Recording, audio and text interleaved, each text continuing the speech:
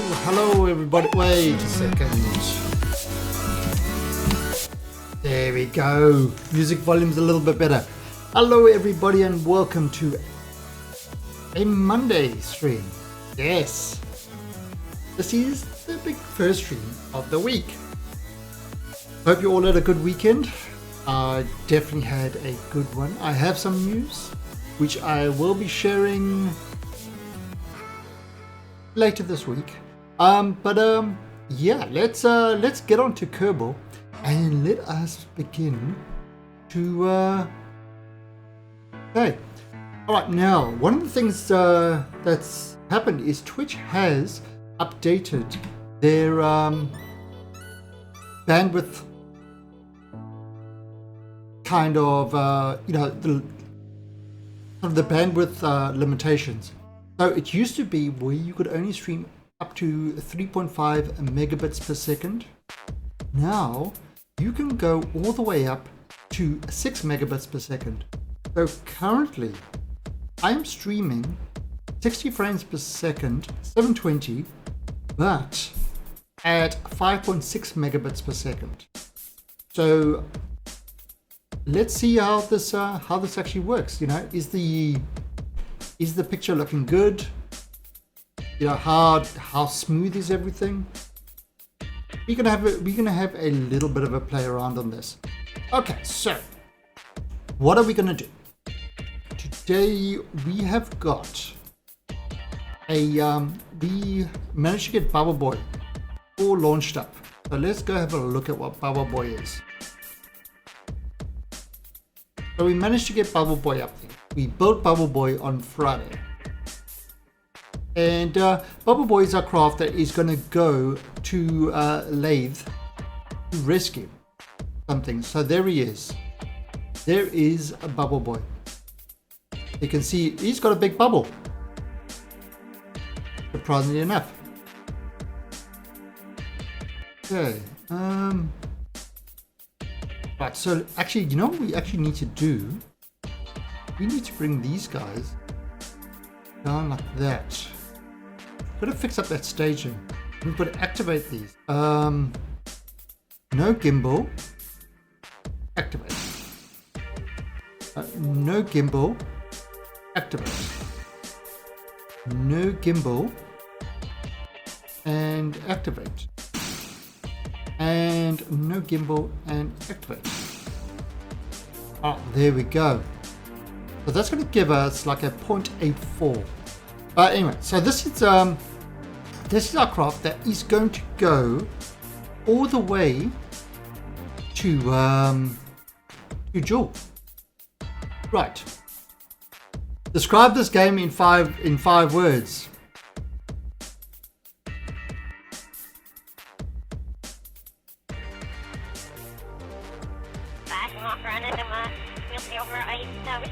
Indestructible green men doing stuff. Wait, indestructible green men or green men. Indestructible green men doing stuff. There you go. 4. See? Got little green men. And they do stuff. How's that? How's that, 7? Does that? Yeah, it's basically, I mean, really, what this is, it's a Newtonian physics-based space program. Pretty awesome little thing. You build your craft and stuff like that, and you get them up. Now, I mean, you can build a variety of craft, but it tries to, you know, keep a really accurate physics thing going. Alright, so we've got this guy, which is our ship that we actually built in orbit. Now this ship is actually 4,000 tons. And what we're going to do with this is we're going to send up SSTOs, VTOL SSTOs, to attach over there and over there.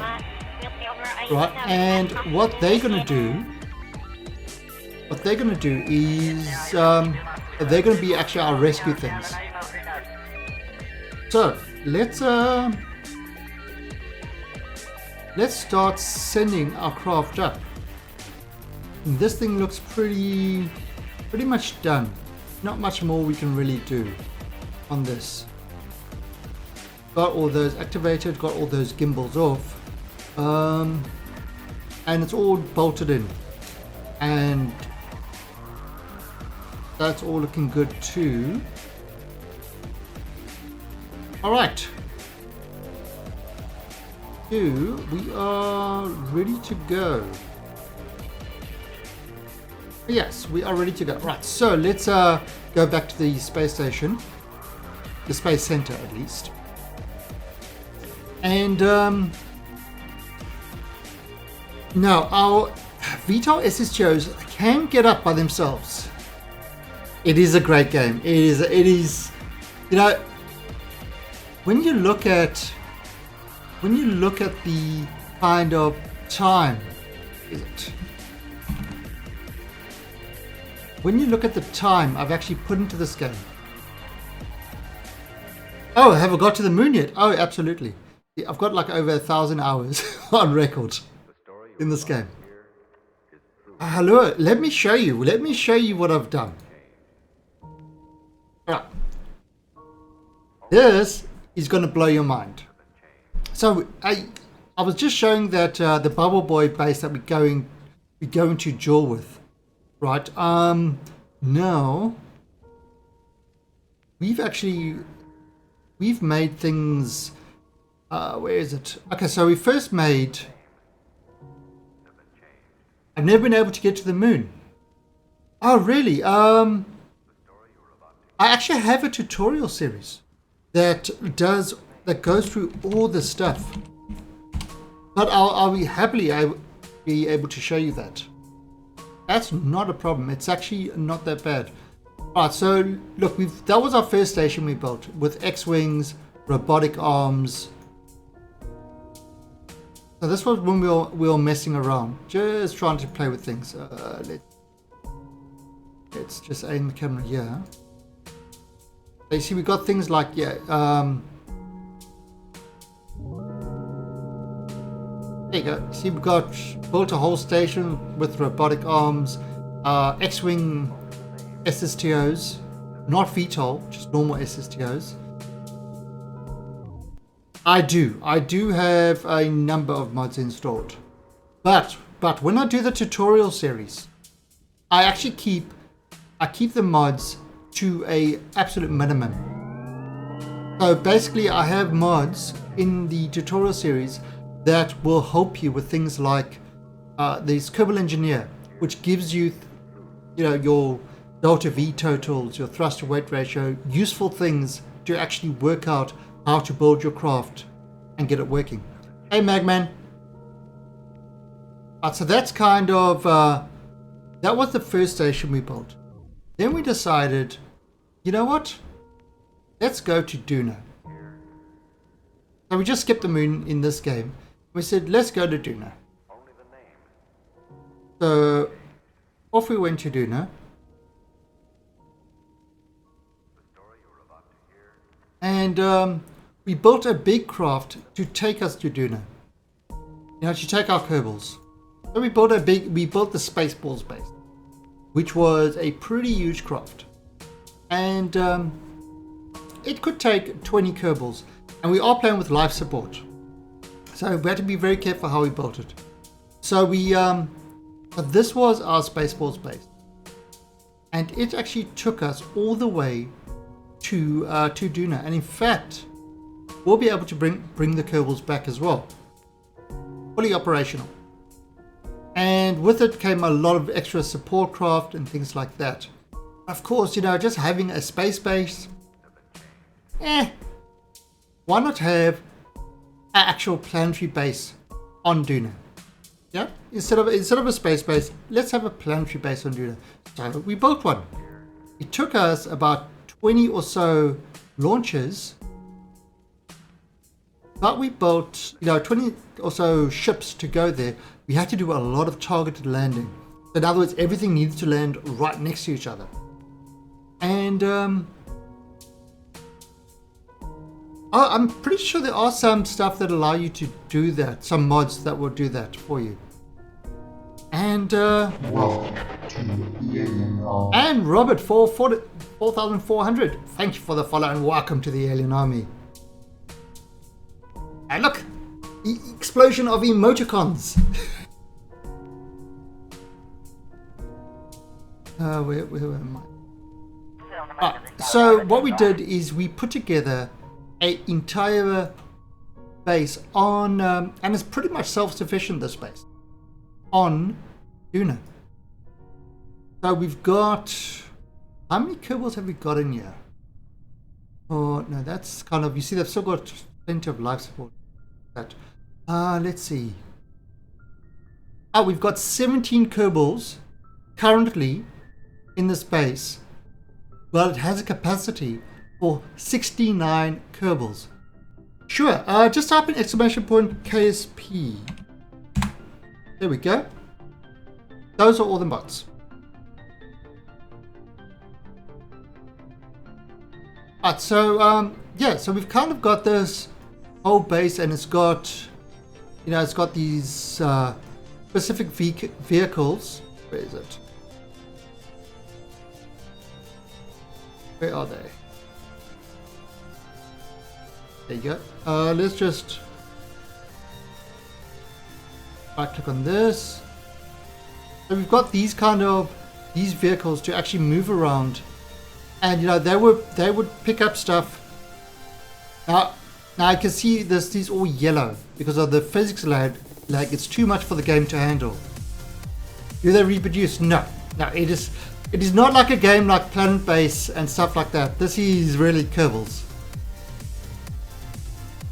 I know, and this thing picked up everything, and we had to do everything at a really, really slow time rate because you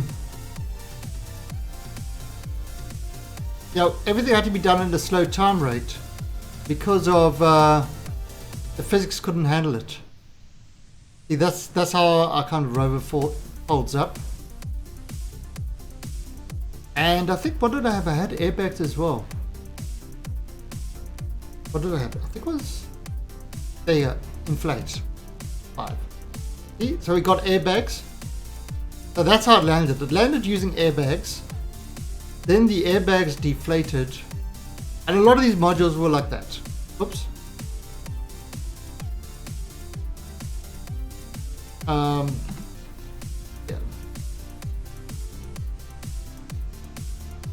You have a mod? You don't need a mod.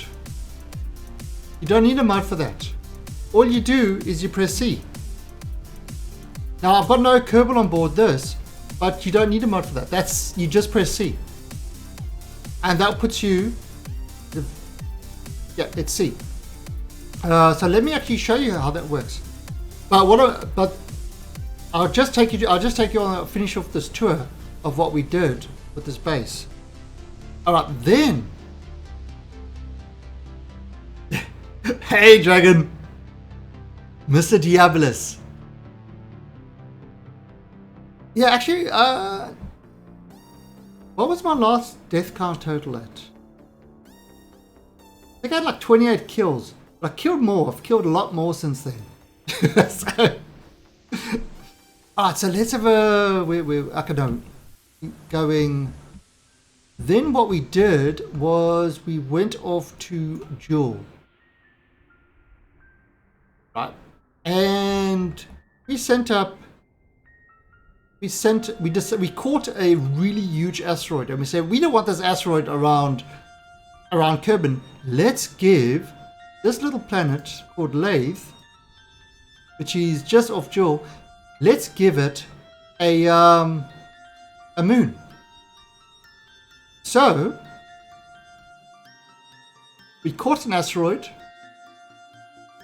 and we sent it. We sent it over Lathe. That's the asteroid we caught. Oh, yes, I know which one you're talking about. I know exactly which actually makes the instruments more useful. Oh, I'm not sure which one it is.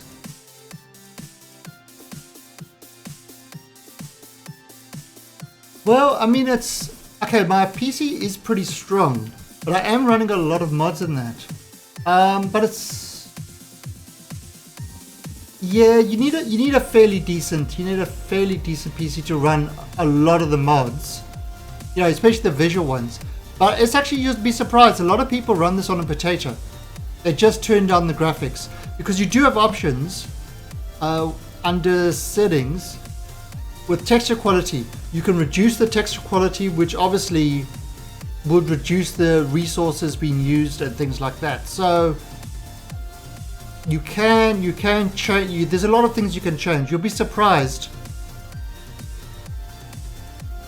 Raster prop monitor. Yeah, you're right. That's right. So what we did is we sent this. We caught this. Had this in orbit around Kerbin. Then we sent it up to Jool. Right, and as you can see, it has the X-wings attached to it, and we've currently got. Oh, the Kerbal engineers are pretty good. We've currently got 10 crew on this. We've got 10 crew on this ship. And unfortunately, you can't see them. There's some of them.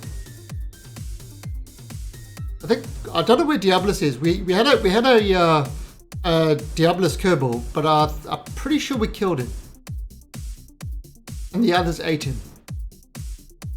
Pretty sure that's what happened. Unfortunately, what happened with this is we tried to fly up one of the X-wings. We went with 2 X-wings.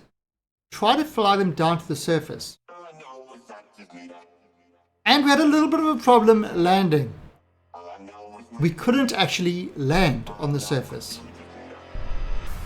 So what happened was we had a bit of a crash. And poor Crypto Fantasy, this poor guy, he is stuck on an island on Lathe. There is his other crew. His ship, he managed to swim aboard from ashore, but he's stuck. So we really want to send a rescue tube, and that's kind of what Bubble Boy is. And that's why we're doing VTOL SSTOs to get up to Bubble Boy. Alright, now that's the story so far. It's taken us many weeks to do this. Actually, a lot of weeks. It's crazy how long it's taken us to do this. Because we've had to build everything in space and stuff like that. Now, we don't use things like infinite fuel and stuff like that. Everything is ships that we built to do all this. Okay, so... thank you, Seven. I really appreciate that. You've tried the food, water... Yeah, well that's kind of what's made us do things very differently. Zycor, I have. In fact, if you look over here on... I've set up servers for all followers of my stream to play on. I actually set up an Ivorian server and I streamed it last week. Was it last week I streamed it? And yeah, it's a really cool little game. I like it. I like Ivorian. I've got a server. I definitely want to stream that again. It's a great little game, Ivorian galaxy building thing. Really, really good game. Alright, so now what we've got is we've got to set up our VTOL SSTOs that we built. We've already built it. We've already ensured that it flies. So we want to launch one of these guys. You can't play it since you have a Mac. Yeah. It's that's a problem. That's a problem at the moment. Windows is pretty much the gaming platform. However, I actually read some really, really interesting news over the weekend. Do you know a small game called Star Citizen? Right? Star Citizen is a crowdfunded, like AAA type game that's going to include like a full-on space MMO and a single-player campaign. Right now, they are really pushing the technology to the max. They are doing everything they can to get the most, to do things no other game has done before and stuff like that. So they really are on the edge. And you know what they just announced on the weekend? They will not be using DirectX going forward. Going forward, they will only be using Vulkan. No DirectX, only Vulkan. And that is absolutely brilliant, because Vulkan is kind of like OpenGL. It is an open standards, what do you call it? Open standards API that will run on, Android 7 has got it built in. It will run on Windows 7. It will run Windows 10. It will run on Linux. It will run on Macs. It will run on consoles. It will run on tablets. It will pretty much run everywhere where there is the hardware to support it. And most hardware, I checked the NVIDIA stuff. If your card is back in, 2012, 2011, 2012, it will support Vulkan. So those who were kind of saying, I really don't want to upgrade to Windows 10 because it's terrible, and they were holding on to their Windows 7, no need for them to upgrade. Linux client, no problem. You want to run on a Mac? No worries with that either. So this is like the first, Doom ran on Vulkan as well. The new Doom. And this is kind of a big AAA game that is just scrapping DirectX completely and going purely on an open standard API because it's easier to move to other systems. And and they get the same performance and stuff like that DirectX 12 would get. So that is a really big news. I read that and I was so happy because I was trying to decide what to do, which API to support, and the fact that they went with Vulkan, it makes me a happy gamer. That's one more and as more games support Vulkan, bigger chance I can finally ditch Windows 10, because the only reason I'm on Windows 10 is for games. Only reason. Alright, so so this is our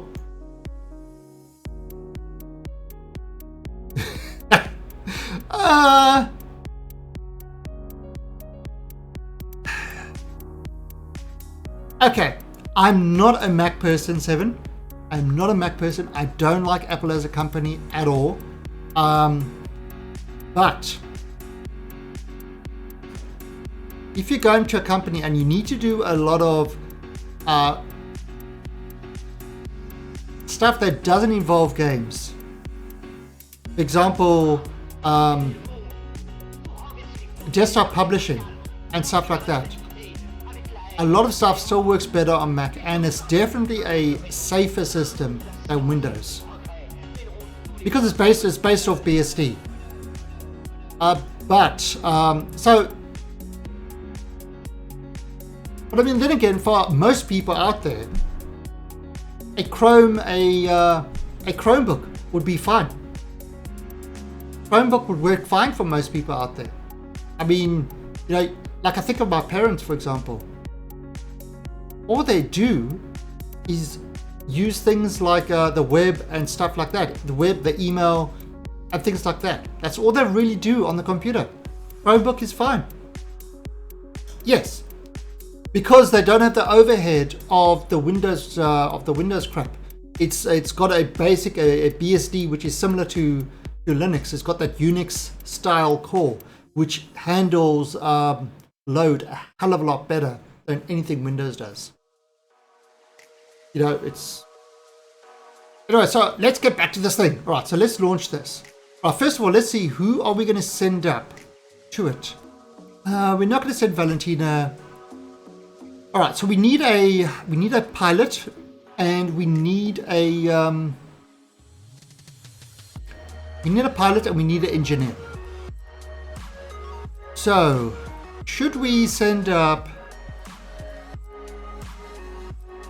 Let's see if we can pull a pilot from chat. Let's do that. All right, so what I'm going to do is I am going to look at people in chat, and I'm going to pull somebody to be the pilot and engineer. Let's have a look. All right, so here we go. We want to draft a pilot. And our pilot for this flight is Torsten. Torsten character. CHR character. Torsten the character. He's going to be our pilot for this mission. Right, and now we're going to draft an engineer. And our engineer is going to be Zyko. Zyko, he's going to be our engineer. Alright, so let's go back here.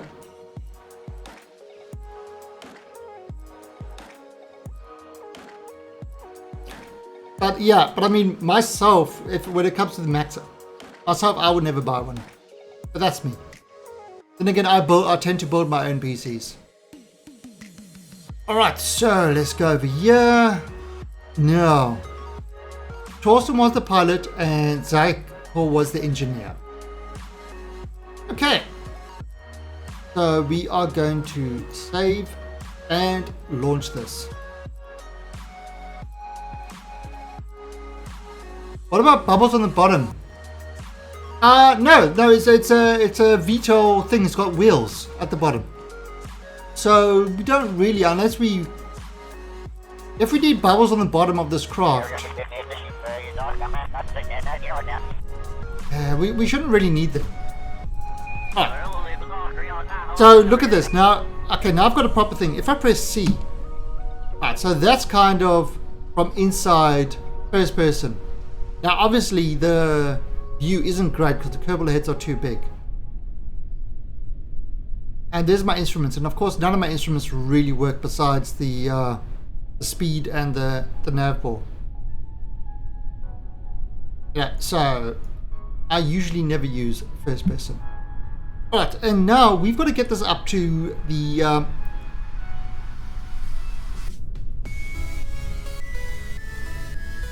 oh yeah, so well, a lot of people. Okay, this game is one of those games that is, the learning curve is incredibly steep. The learning curve is like, but once you've actually learned how things work, and you manage to get something into orbit, you manage to land on the moon, you manage to do these things, it really gives you a major sense of achievement. Pretty awesome that way. Alright, so here we go. Here is our little ship. This is the one we want to go to. So what we are going to do is we are going to wait for this to get into a better position. We're going to wait for the bubble boy to get into a better position for us to meet up with it. And I think about, usually what you do is you wait for it to get over this particular continent. Yeah. Right, so there we go. Let me F5 for safety. And we are going to now send this up. Now let's actually, so first of all, start it up. We are going to adjust the engines. And let's fire this thing up. Look at that.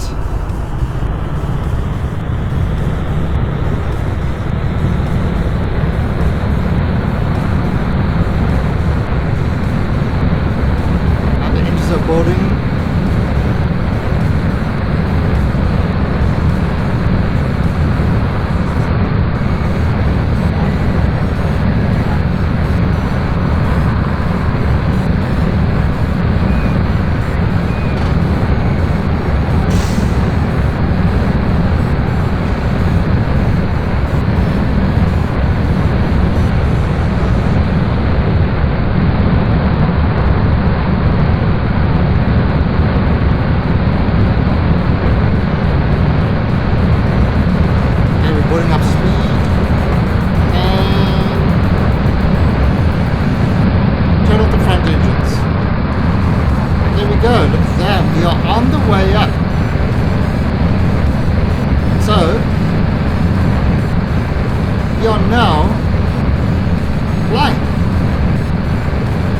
Actually, this has to be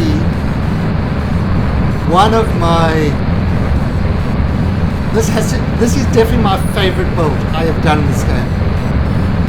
This thing. Just look how awesome this thing looks. Anyway, so he's on his way to space. Now the way you do an SSTO is these engines can switch between air breathing and closed cycle. You see over there, it's air breathing. And what we want to do is we want to get up to about 10 kilometers high. Then we're going to flatten out and we're going to work on getting our speed up. We're going to work on getting our speed up.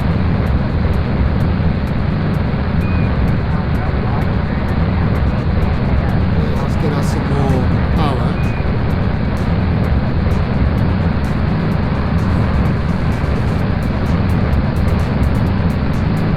You can see my speed is increasing.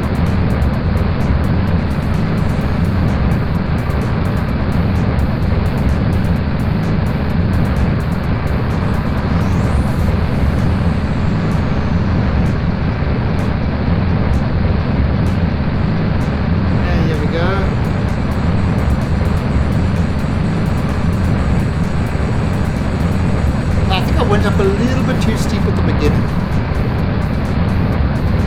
That's okay, we are... so we had about 10 kilometers, but now we're going to flatten out a bit. In other words, stop our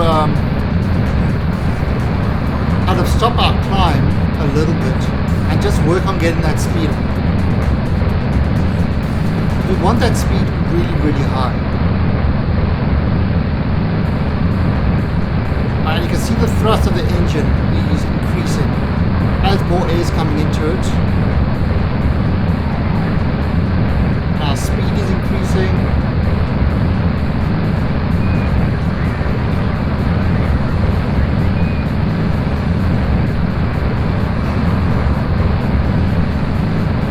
Now I haven't flown this craft for a while.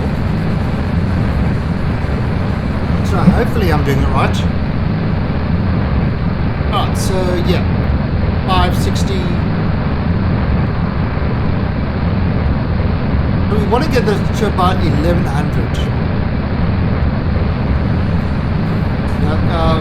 Like past the terminal velocity. Okay, we're going to just increase the height a bit. We're still increasing the speed. Still breathing air, no problem. Our thrust is still pretty much high up there. 17. Once it gets to 20, then the air gets too thin. So we are just going up. And look at this.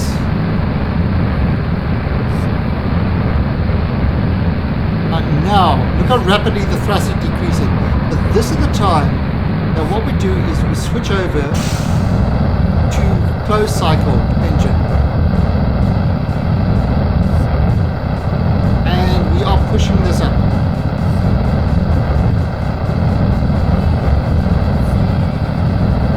Okay, so now it is kind of turned into like rocket engines. You see how my speed is increasing and the height is climbing?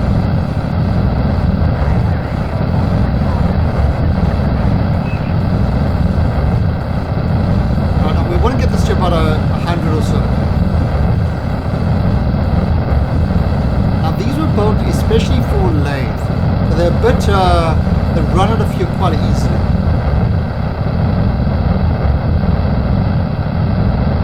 And 100. There you go, we're at a height of 100. So what we've got now is our rocket going all the way up to 100. Ooh, not good. At a maneuver there, the kind of a way off the path. Wonder if I can just bring this up.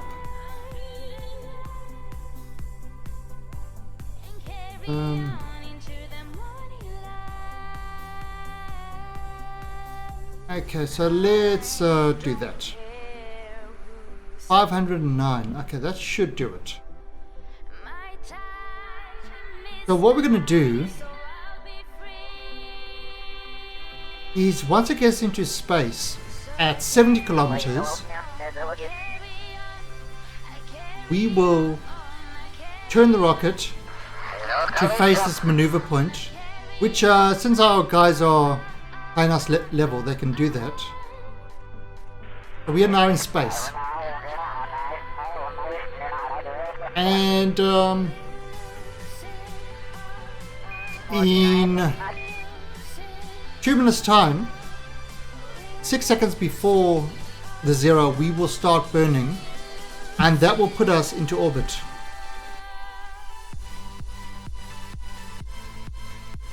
Alright, so you know what I'm going to do?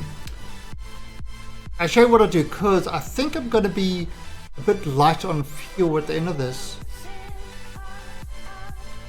So I might have to send up a refueler tank. And let me show you how to do that, how to get yourself into orbit. So we're going to build like a little refueling thing for this. Because I think we might, at the end of this, we're going to have about 100 Delta V left, which I don't know is going to be enough to be able to catch Bubble Boy and dock with it. I don't think it is. So we're going to set up a refueler, a mini refueler, just to refuel this in space. And it will be enough for it to come back down to Kerbin. But not quite enough to dock with, do the whole docking thing. But if we fill it up now, then it's less that we need to fill up on that, sort of in from the station. So what we're going to do is first get this guy into orbit, and then we are going to send up another craft to actually refuel it. Right, so it's going to time warp it a little bit. Right, 18, so we're getting close to 6 seconds. Hey, they are out there watching. WW2 Master, thank you for the raid. Much appreciated. Oh, and you see, I was too busy thanking you for the raid, and I noticed my burn time. I passed my burn time. You did that on purpose, didn't you? We're like, we're watching. When's the best time? When is the best time to make him suffer? Oh, so 90, so we're probably going to speed this up. Oh, 109.97. Yeah. No, never intentional. You see, if your name was Crypto Fantasy, it would absolutely be intentional. Alright, so what we're going to do now is, this is a bit of a different thing. So we're going to wait until we get to this descending node over here, or ascending node, and we're going to make the change to get this into the same plane. That's always kind of the first step you've got to do.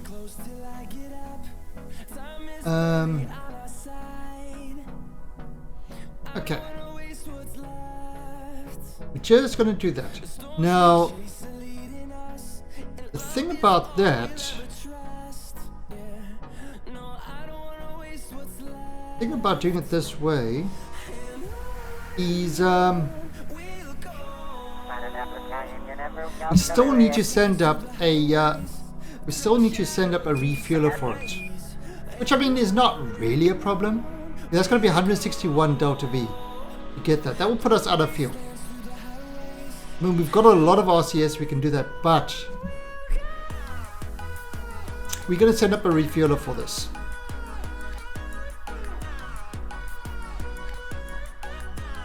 I mean, this gets to orbit just fine, but on Kerbin it really is kind of a gets to orbit on fumes. Once it's in orbit, it's on fumes. So we're going to send up a refueler. Which I mean is not kind of the best idea, but yeah, just waiting for this to be a few seconds before. Here we go, and burn. Now what this is going to do is it's going to kind of, from that kind of angle, it's going to adjust it into a more... I see, now I could probably put RCS and just do that with RCS or forget about it. Let's have a look at what it's done. Okay, it's got itself into a little bit of a better orbit. A little bit better. But what we're going to do now is we are going to send up a craft to refuel it so that it can do a docking with this bubble boy, because it's still quite far from the bubble boy. It's 194 kilometers from the bubble boy. So we're going to have to send up a craft to refuel it. So now we're going to build a craft just to refuel it. It's got a docking port over here. So we've actually managed that. In fact, I do have a craft in orbit that will be able to refuel it, but I actually want to build a refueler. So Seven wants to know how to build a craft to go to orbit. Okay, Seven, thanks for stopping by. You see, I tend to be, the time I stream tends to be the morning time for a lot of people. Let me guess, you're probably in Europe somewhere. Germany, I think, is usually the morning time. Alright, so we are going to build a craft to refuel that. So what we do is, we know that to get a craft to orbit, you need to have about 3,400 delta V. So that's what we're going to do. Now what I'm thinking is, we're going to send up another craft as well. So let's actually make the refueler able to refuel both crafts.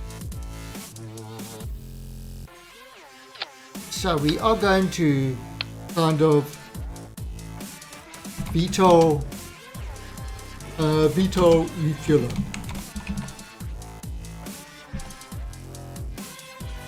So what we've got is we've got this guy.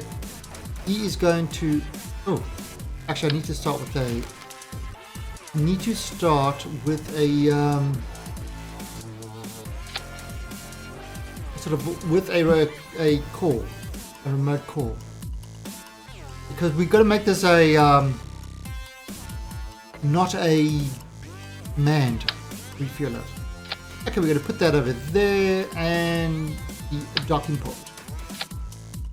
Okay, so that's kind of the top part of it.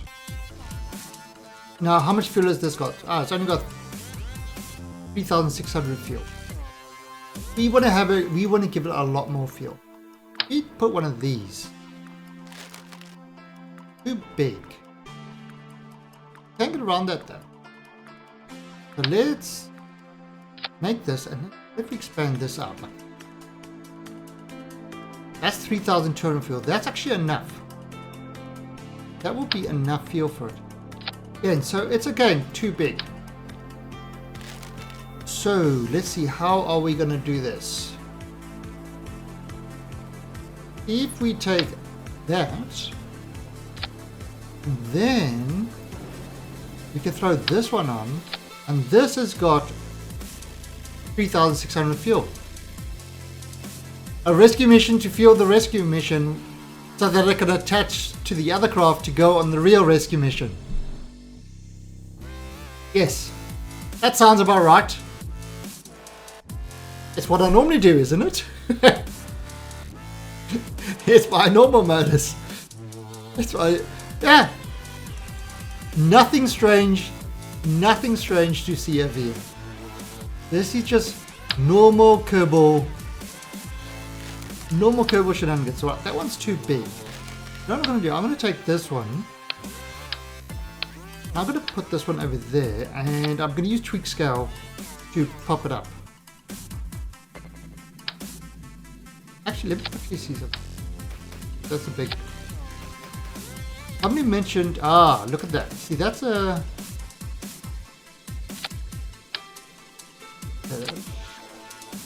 Alright, so that will give it the ability to flip around and things like that. That is 3600 delta V.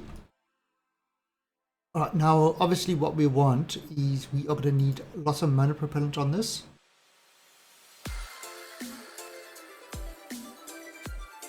I figure one rescue needs at least 4 ships.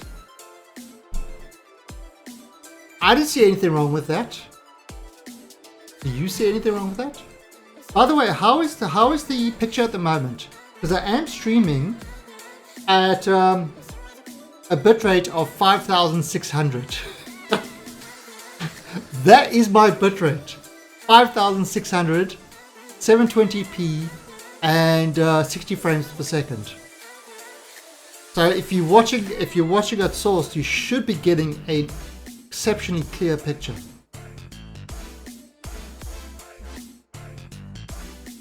Alright, so we are going to now add on some monopropellant. And let's put the monopropellant over here. Alright, so how much monopropellant is that? That is 600. I don't know if that's enough. That's 600. One of these is 750. I could actually go like that. Now, since this is hollow, maybe I do that.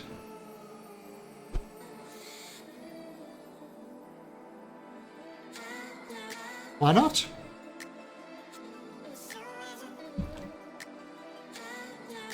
See? Hello. Yeah, let's do that. Let's do that. I don't see a problem with that.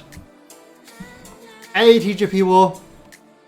We are sending a rescue to our rescue craft. So, kind of everything as normal. Alright, now we've got to control this one. Now what I'm thinking, see, this is 3600 fuel. Let me actually have a look here. How much fuel did my VTOL have? Again? Wow. What do you mean again? How rude. This has got liquid fuel 3450. Okay.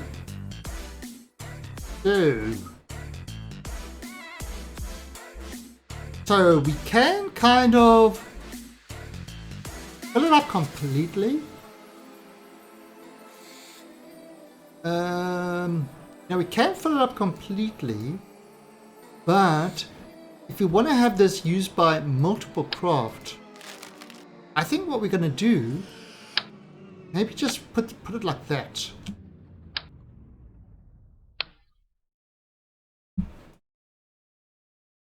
Should we have it like that?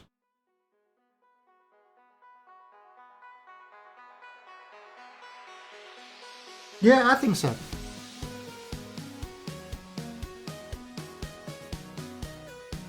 It's all it has done is buffer. Oh, really, the Magman?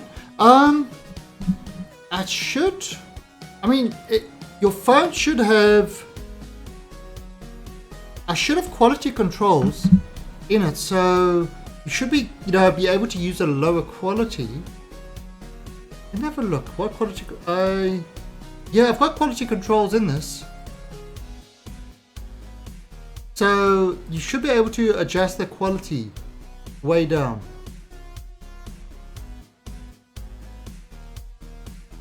Oh. Alright, so, and actually just want to check, oh my, wow, Twitch is funny, it finally updated the title on my Twitch screen. Alright, so, let's have a look. Oh, there, finally up, whoa. Okay, so that's all working fine now. Alright, so what we're going to do is we need to add an engine to this. Don't need such a big engine. We could actually do it with a smaller engine. Oh, wait a minute. What if we do kind of a really small? What's this? That's 16. No, that won't push it at all. I don't want to do this. I don't want to do this big engine, even though it's good for it. It's too strong. Too strong for that stage. If I use the poodle, it's smaller than 2.7.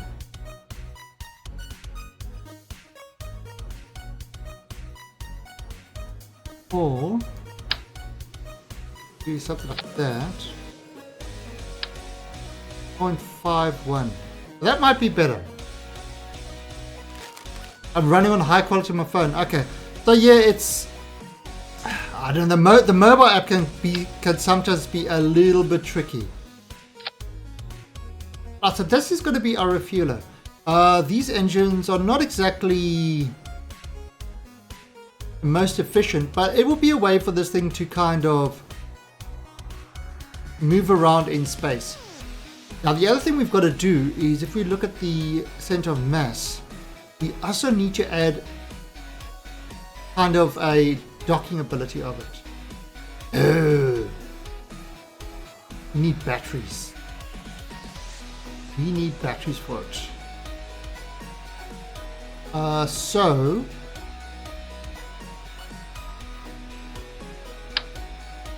let's throw on some batteries. Maybe throw on some. Now we need to be able to control this. Now I've got a great little mod over here that will help me balance my RCS usage.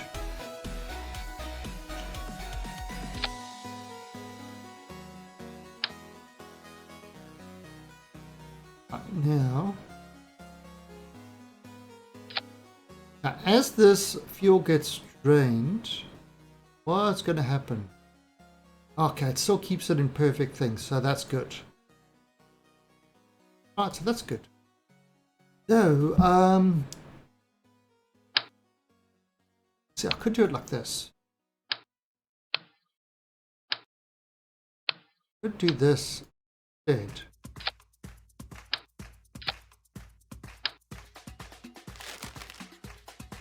So this would give that there, and this actually gives it a lot of electrical power as well.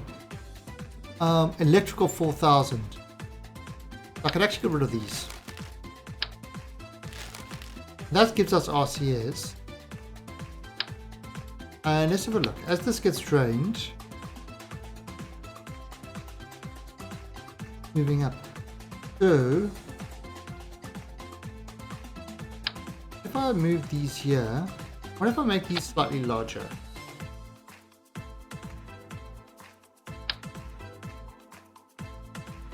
If I want to make these kind of... Oh, you know what I could do? Oh, easy. There we go.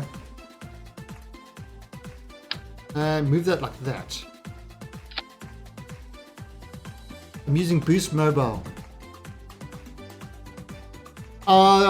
That's Boost, it's American, isn't it?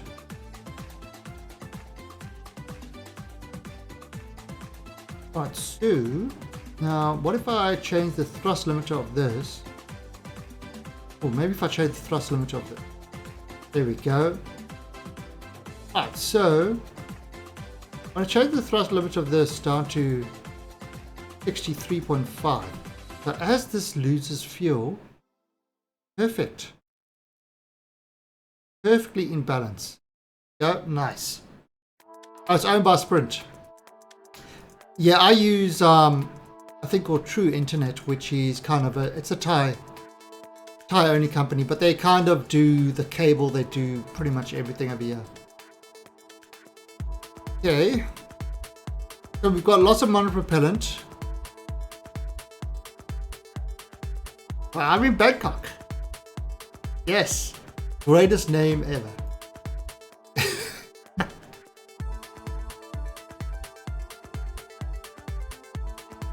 And let's put that like that.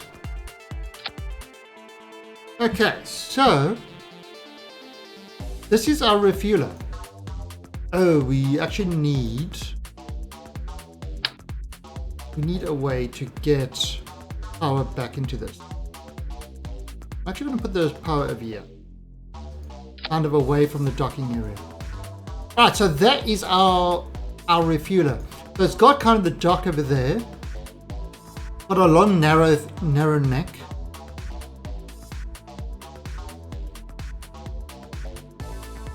Yeah, I heard isn't Google Fiber like the fastest one?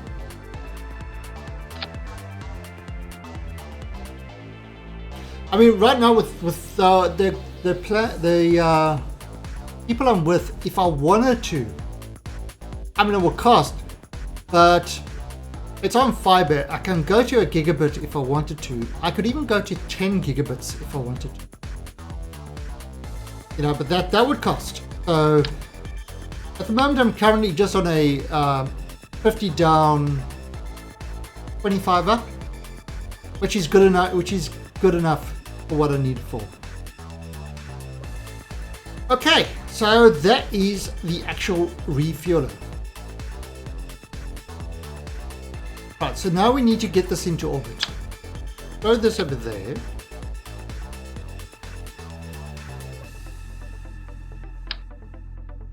And we've got to get this guy into orbit. So what we're going to do is throw that there. We are going to use this engine. 1500. Cool. And now it's going to do this again.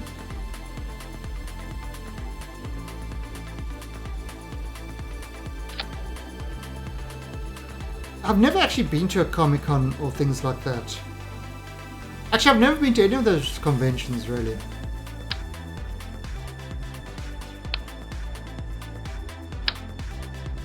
And let's put this there and give him a mammoth. Okay, let's do. Right now. Oh, draft. Come on. Just a second. Why is that popping up there? I think I forgot to turn it off.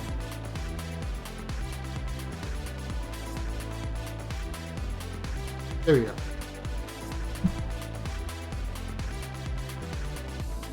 Okay, so what have we got? What have we got over here? We just doing to get this guy into orbit so that he could go mix up the things there. Now, at this point, we want to be at 3,400 about. Ew. Before I forget, definitely have to give this guy an antenna.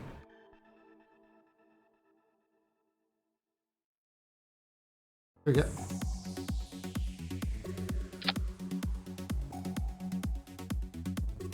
Oh well, I mean, sort of in Thailand, it's a very humid heat. All right, so that's 139. So it needs a little bit more boosting power over there. What we're going to do is we're just going to do kind of our usual thing, which is to add more boosters.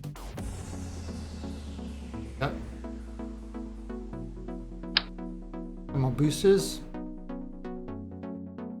Do what you do best and boost. And we are gonna kind of fill up the central tank.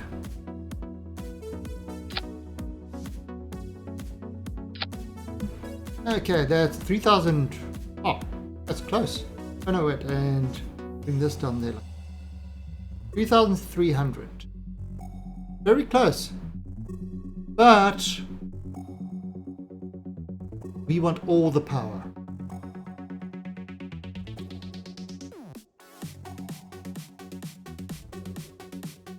It gets 115 degrees Fahrenheit. What is that? What is that? What is that in real people terms?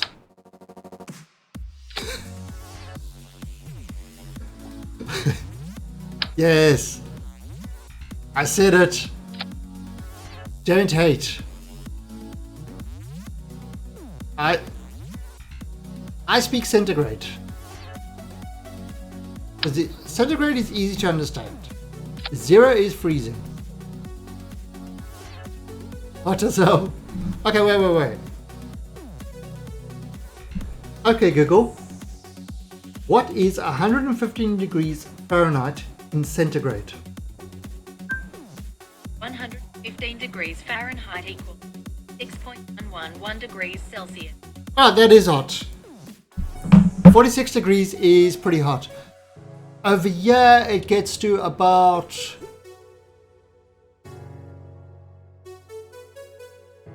It can get to about 37, 38, but that's humid. Really, really humid. High heat with no humidity is actually bearable.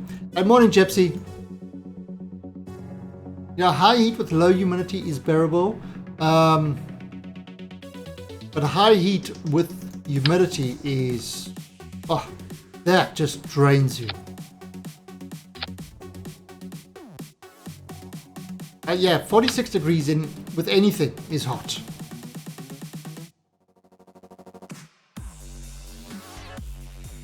March. Okay, so March is kind of the end of winter, beginning of the rainy season. Pretty much Thailand has got 3 seasons. It's got winter, rainy, summer. And around December, November, December, that's pretty much the best time to come because it's not so humid. You know, like December, January, February, it's not so humid, but it's still hot. You know, it's, I mean, middle of winter, it gets to about, in the morning, it can get down to 25 degrees Celsius, which you can work that out. But that's kind of the Thais that's so funny. At that temperature, the Thai people sort of put on heavy jackets and stuff like that, you know, because they freeze. At that temperature, they're freezing.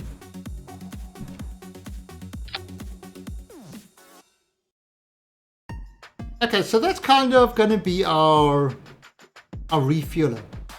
That should get it to orbit quite nicely. Might want to just change this down to 170.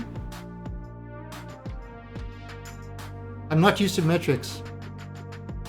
Yeah, I know Americans hardly use them. They're pretty much one of the few holdouts in the world.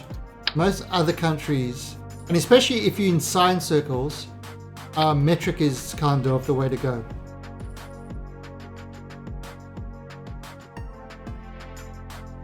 In fact, a number of rockets have actually blown up because of the metric. Do I need it? No, I don't. Because of the metric to imperial to metric conversions, or metric to imperial conversions.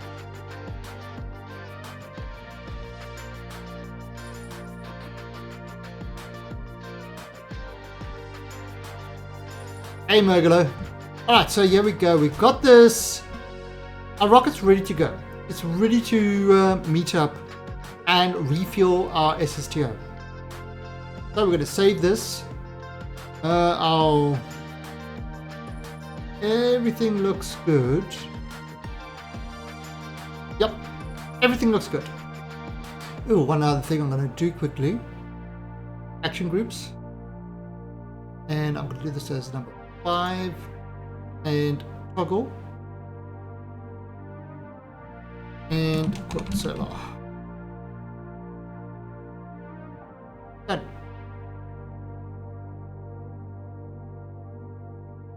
Our measurements are a unique way. Hey, I mean, chop off people's feet to measure how high they are, how tall they are. Yeah, that works. How many feet? Let's go. See, I know I am 6 foot, so it's going to take 3 people's feet to get to my height. Of course, it depends whose feet you cut off to actually measure that. If you find really small people, I might be like 8 foot, maybe even 9 feet. You have really small people with small feet. Of course, if you get people with like size 16 foot, it might be less than that.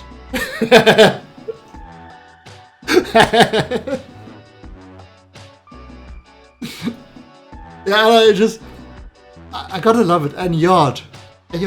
Oh, well, got a backyard. But whose backyard are we using to measure?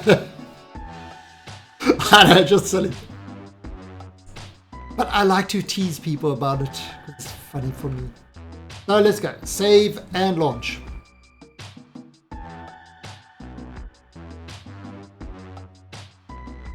Three and a half people.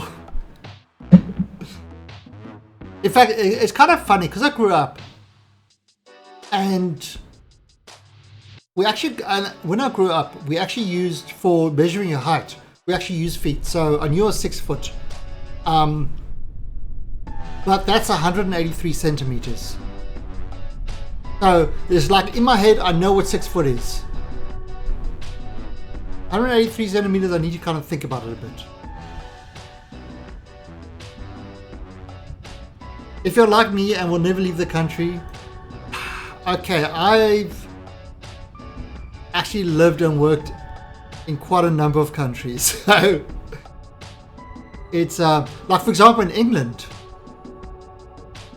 it's like a lot of the English still talks about miles. You know, so it's like, and I'm used to kilometers. Oh, so this VTOL, we set it as the target. Hey, Scorchy. How you doing, girl? Right, so we are bringing this guy. We're going to wait for him to get over this so we can launch our rescue. But I had to drop a ditto. Well, good on you. I stream so late. No, I stream in the afternoon. What are you talking about? It's only 2 o'clock in the afternoon. I think you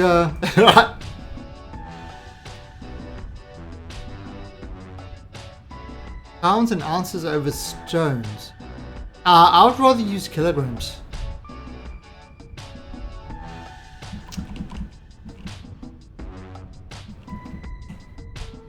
Yeah. Alright, so we've got this. That's the one we're going to. We are going. Ooh, what height was he at? He was at 101 kilometers. Okay, so we are going to head off to him now. So it's a straight up launch. We're going to just do it as we do a normal launch. We're going to go up to about 70. Then we do the turn to that, and now it should just kind of slide over as it needs to. Gravity will do the rest. As long as we keep it in this program thing, we should have a good, though it is kind of going a little bit steep.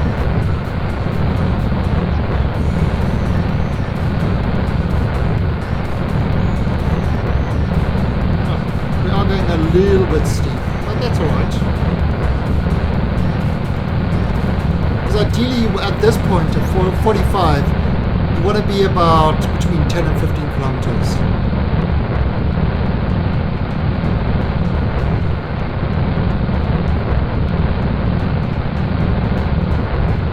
Well, I tell you what, the thing about metric is that it's kind of, you know, it's like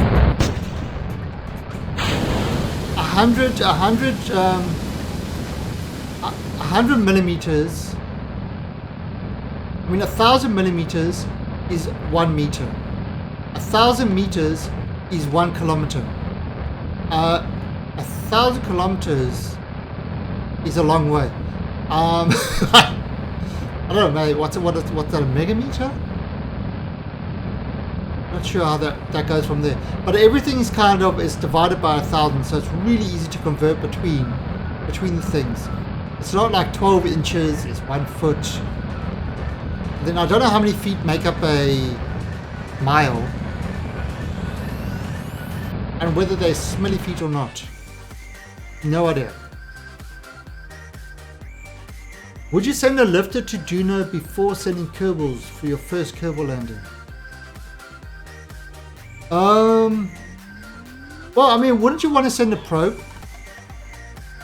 Would you send a lifter? Well, okay, alright, so what you could do.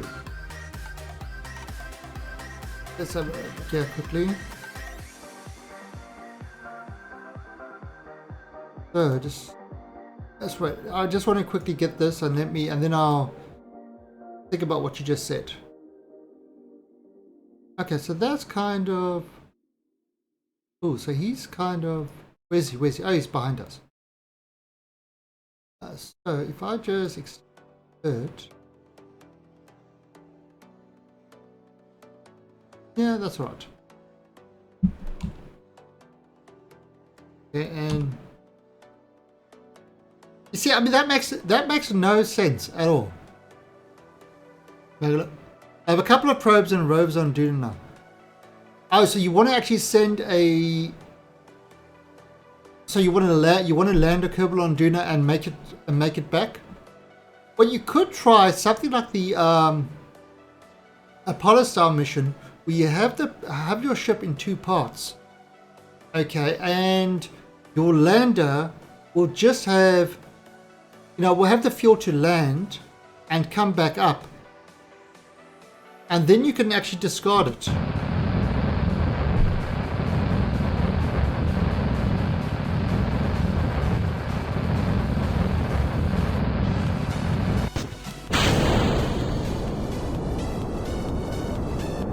Yeah, so why not have your... So have it in 2 parts. So that your lander actually separates off the main craft, and use kind of those really, really big docking ports. And your lander separates off the main craft, does the landing, comes back up, dropping off all the stages and stuff like that. Docks to the main craft. You transfer your Kerbals back to the main craft, and then you release the lander, and it's less weight to bring back. And in fact, in that way, you could, if you wanted to, send the lander and the other craft on 2 separate missions, on 2 separate ships to Juno. I mean, that would work, wouldn't it?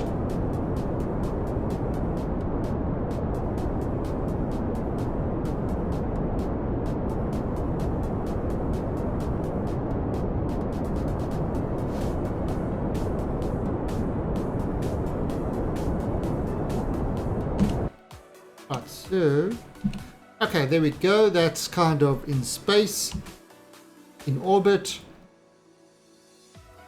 And let's see what's happening. So, at this point, this is the descending node. Add a thing over here, and we adjust this. Be onto the same plane as that. Now, how far are we? 43. we're not that far difference between the two craft. What I'm going to do, yeah, I mean, I would, for kind of your building separate. Yeah, I mean, try it on the moon. You know, with you have a separate lander and a separate thing, and then whatever fuel you've got left when your lander comes back, you just pump it into your main craft, and that should work fine.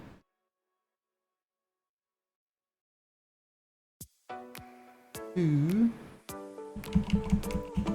4 seconds, and we are going to kind of burn to get this just right.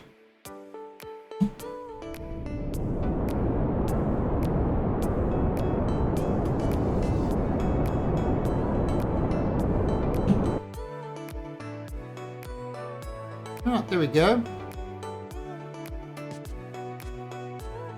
Okay, so what's happening? So it's still 40 kilometers away. Difference. 40 kilometers difference to this. Now we are in a higher orbit, so this should catch up with us.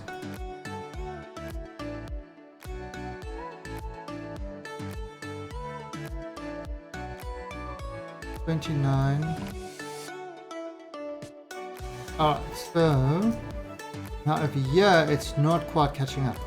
So what we're going to do, a little bit of a kind of, we've got to radial it out a bit. Oh, radial out, sorry.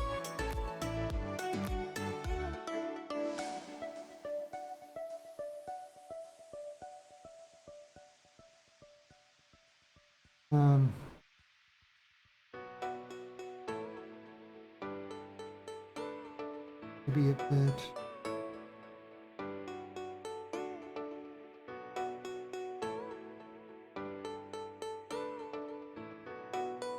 What's that? That's 26. I'm 26 at the moment. And 4.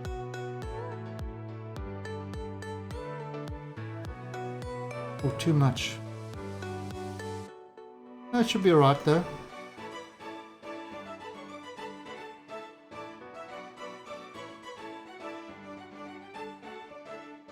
I think that's kind of almost mashed up completely.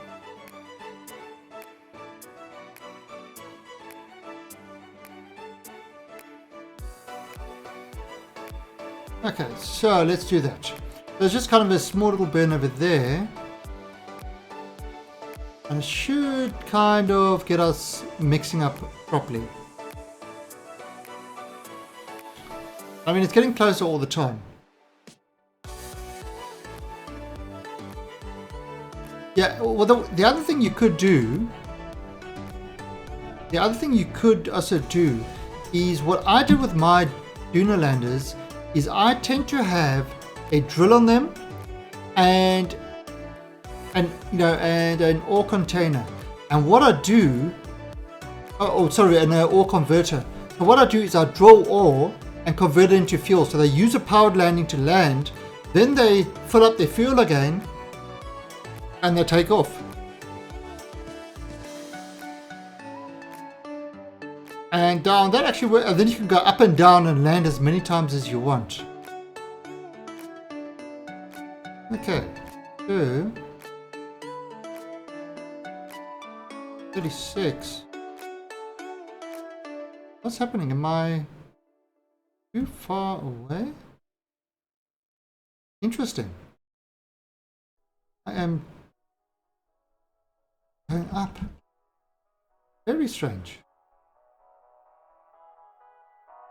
In my path. Maybe I need to just go into orbit and just burn a little bit more prograde.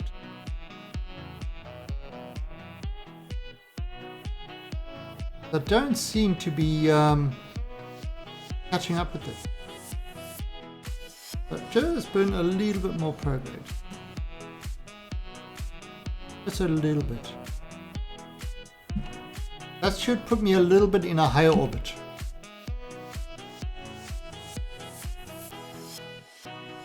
Yeah, so what I'll do is, okay, so if you look at this delta V map,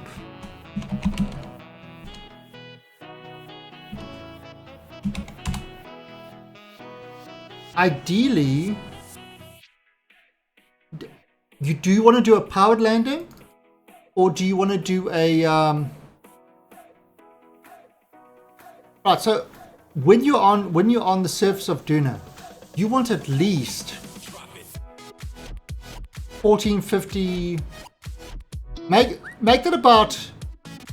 Play it safe. Play it safe. Make it about 2000. So when you're on Duna surface, you want at least 2000 delta V left on your craft to get you back up to space and wherever you need to be. If you've got a powered landing, you'll need at least the same amount to do the powered landing. Probably about 1,500 to do a powered landing. If you use parachutes, however, obviously you won't need fuel to burn to land, but you have to have enough parachutes to kind of really give you that low, to give you that kind of low meeting thing.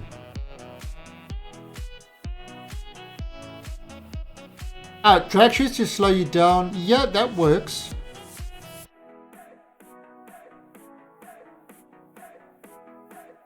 Yeah.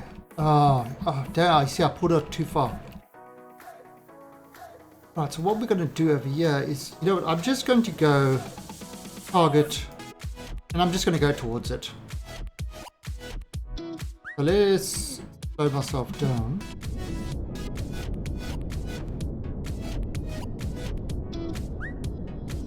Move myself towards the target.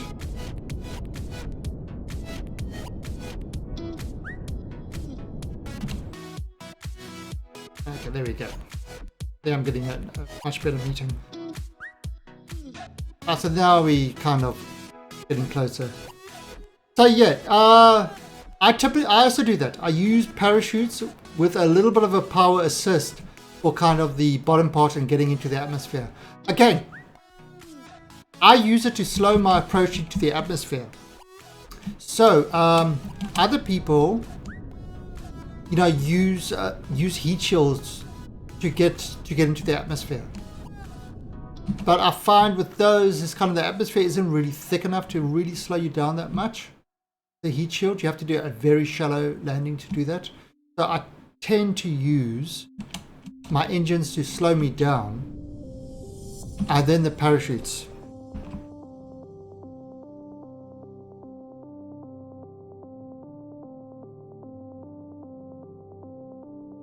And then engines at the very bottom, just to give you to that gentle landing.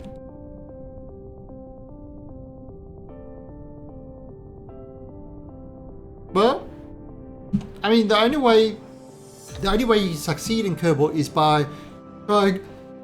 I don't know why I sneeze so much.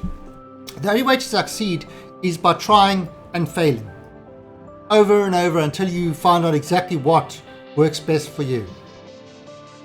Now, there's nothing wrong with that. That's kind of, it's part of the game. It's part of learning the game. You actually learn very little from getting things right. You learn a hell of a lot more from failure. So don't be afraid to fail and make mistakes.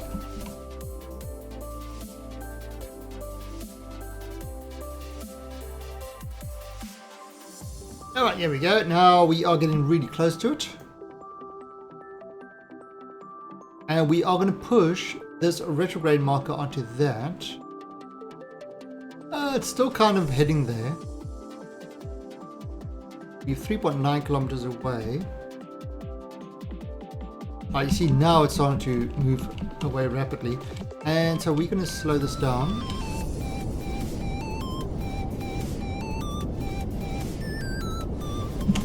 There we go. 22 meters, and we're coming right up on it. I can actually see over here. 1.6 kilometers. Where are you? Where are you, spaceplane? 4. Oh, there you are. I see you. Just there.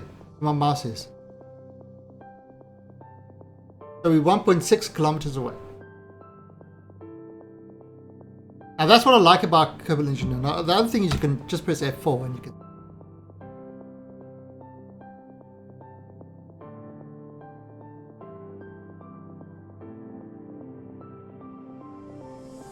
$800 meters. Yeah, we're going to slow ourselves down to 14. Now we still got this big tank, which kind of is just bonus fuel.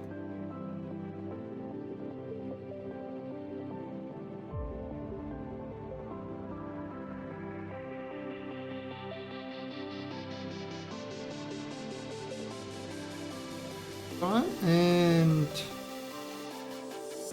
400 meters, 14. I might slow myself a bit more. Someone that's a to control. 200 meters, 10 meters, second. Again, just want to slow myself down.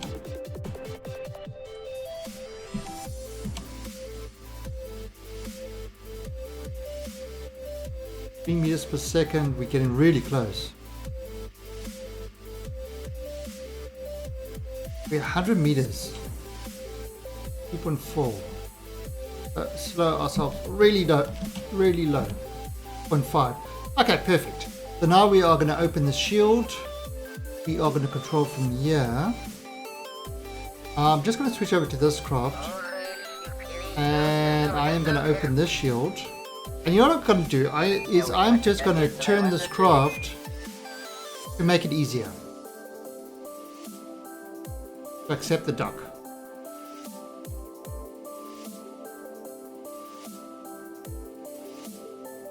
Go.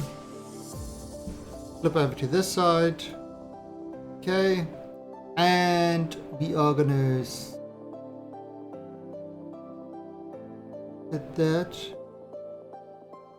This target. I did open that one, didn't I? Yeah, I did. And I mean, I can show this. We're going to flip this around. Look at that. Lining up the docking ports. Perfect.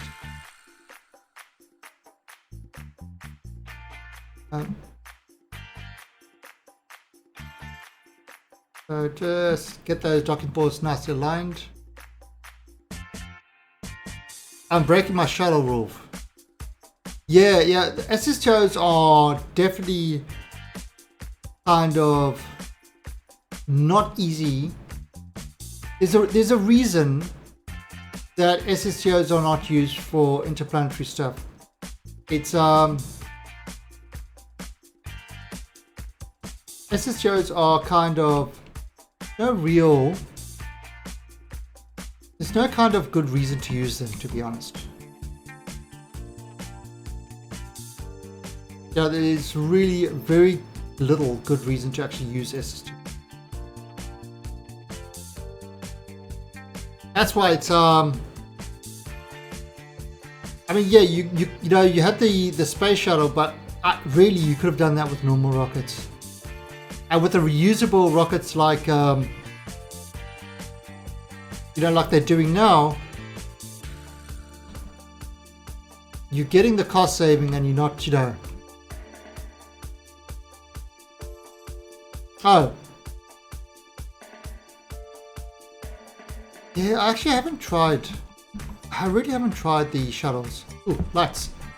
Lights! Aziz, more lights! There we go.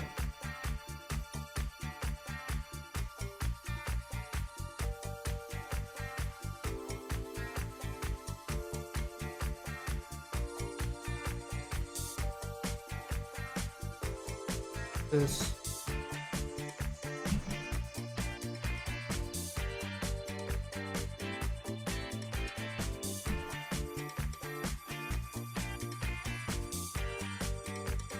See, nice easy dock.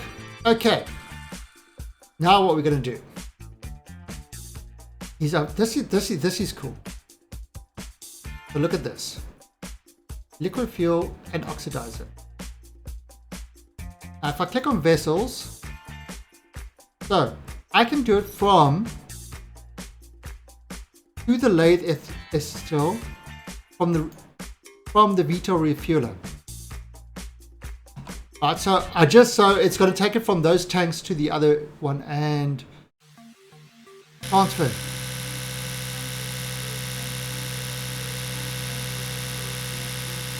So it's transferring the fuel from here to there. It's going to fill it up completely.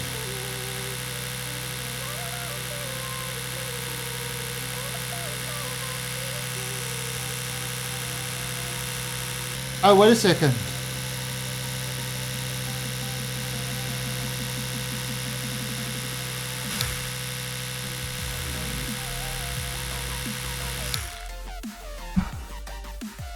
I'm going to have to F9 it quickly.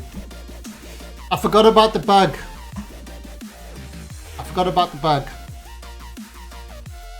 There is an annoying bug when you do it like that. A very annoying bug.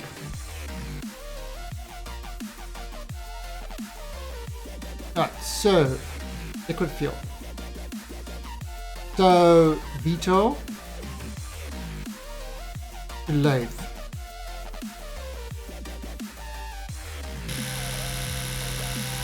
Alright, so we're transferring the liquid fuel.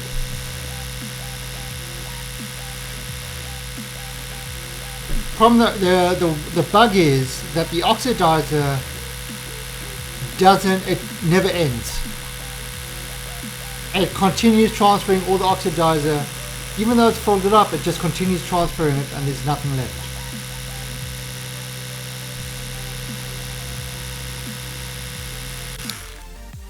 Now, take the oxidizer. So to the lathe, the VTOL refueler, and transfer 2659. This way it works. You have to do them separate. Bit of a pain, but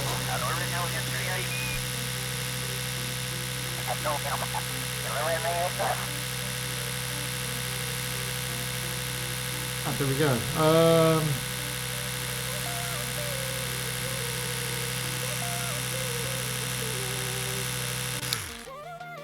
Okay, done. So there we go. We've got our rocket is completely filled. So disconnect. Undock. And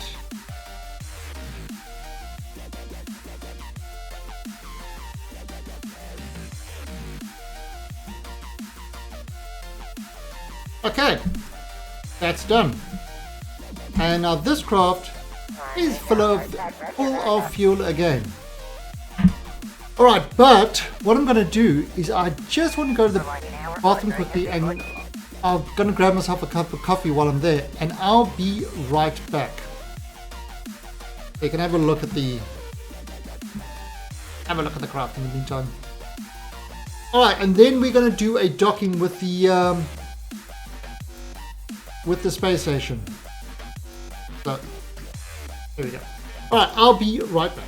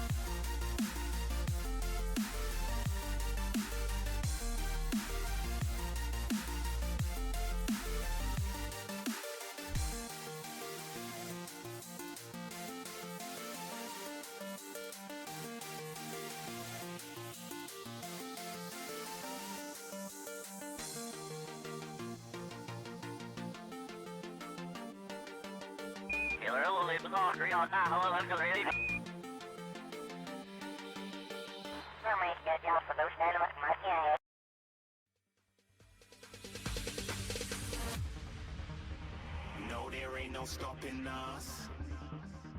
Fly without boarding pass. Couldn't catch me, I be moving fast. Call me a shooting star. Let 'em know who you are.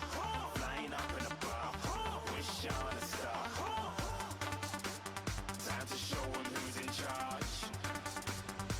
Call me a shooting star.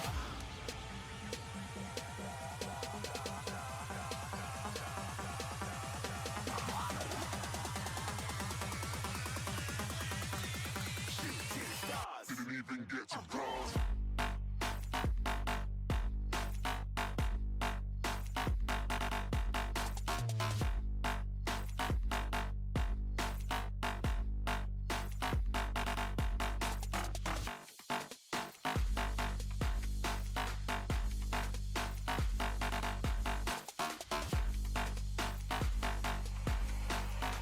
I said I'm moving too far. Get to glass.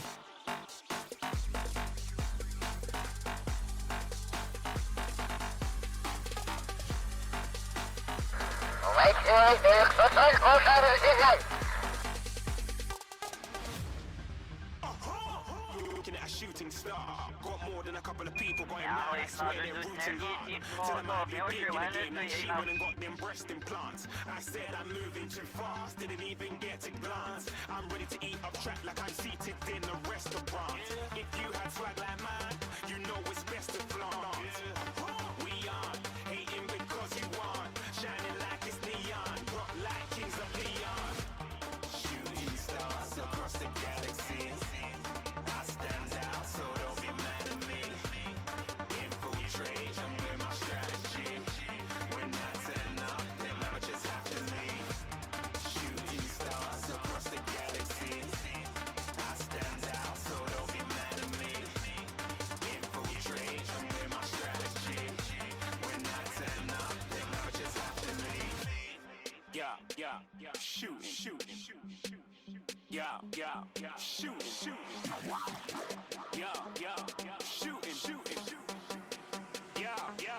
shooting shots.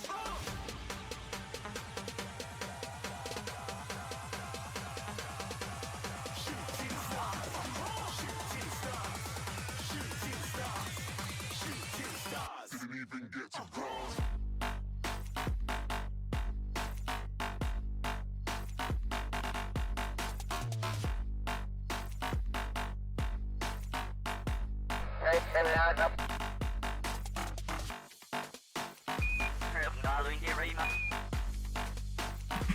Okay, I am back. I said I'm moving too far. And I have got my coffee. Always good thing to have. Keeps you... Oh, that is kind of weird the way my hair goes there. Alright, so so now we've got... There is that VTOL refueler. Now we've got this craft and it's fully fueled, so we can actually get it to where is it now? Bubble Boy. So we are going to set that as our, that is set as our target. So we're going to get this to there. Now in order to get to there, right? In order to get to this guy, we've got to get ourselves into a lower orbit. We've also got to get ourselves into the right plane. So first things first, let's go and drop our orbit a bit. What is our periapsis? 96. And the upper apsis is 107. So we are going to drop this. Let's just see what we can do. Add maneuver. Drop this. That drops there. And maybe just move out a bit.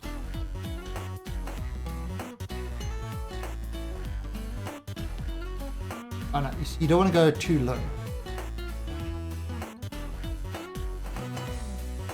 Right, so yeah, that will do. What the periapsis of that will be 84. Probably not that low. And maybe a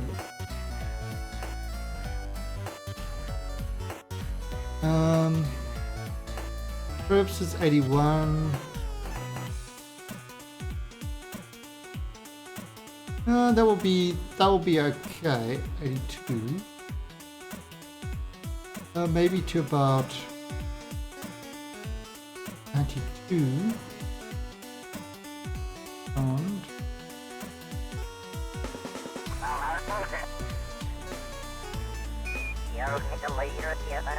right, there we go. So let's try that.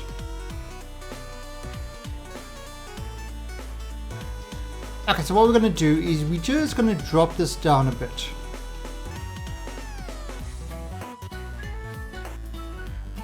And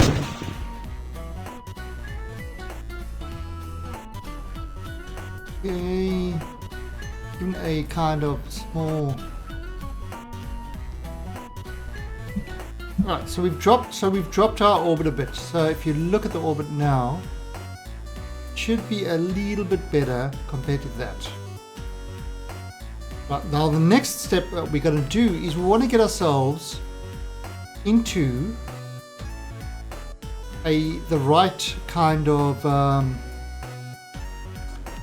where the orbits meet, so we can set up our plane properly. So we're going to add a maneuver there, and we have to bring this down.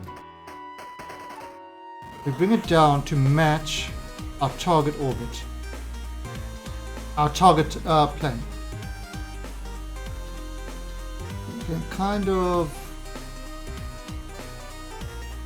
be there. So that's kind of match the target, and we can actually, while we add it, we can just drop that a bit. Bring us. Chances are we could get this.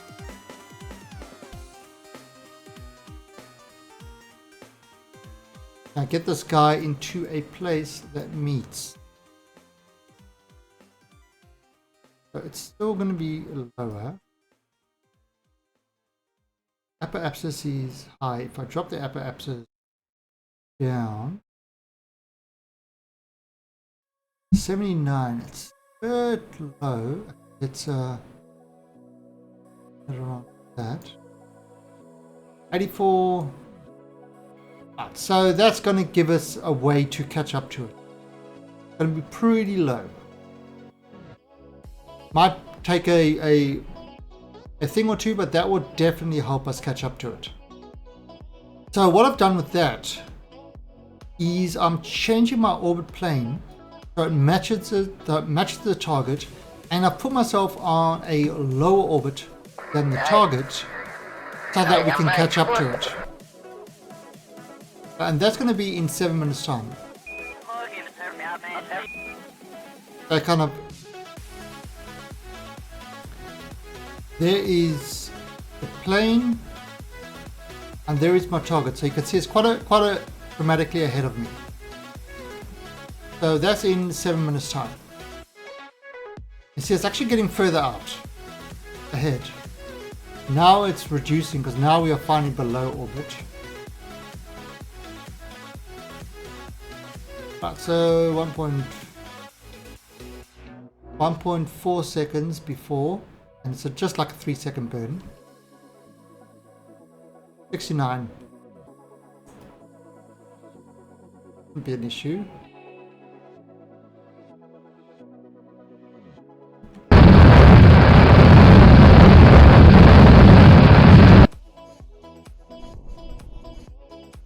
Okay, so let's have a look at what happened. So there's the same plane, and now look at that, 212. As we go around, 28, 6, see how we are catching up to it now. And that's what we want. That's what we want. We want this to catch up to it. As it goes around, because it's in a lower orbit, they are sharing the same plane, so there's not much of a planar difference to it. 135.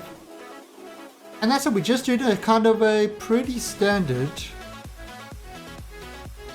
Rendezvous. Look at that. There they like almost right on top of each other. So what's that? 10-kilometer difference. Perfect. Now we could kind of change that. You know, we could make a thing to get them like right on target there.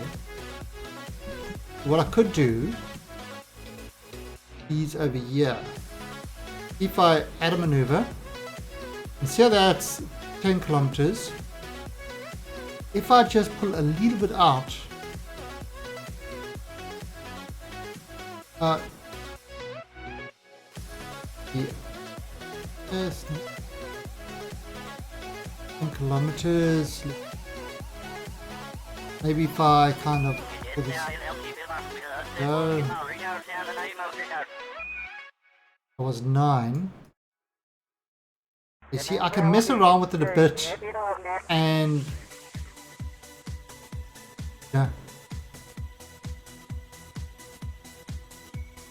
let's mess around with these a bit to try and get this into a better thing.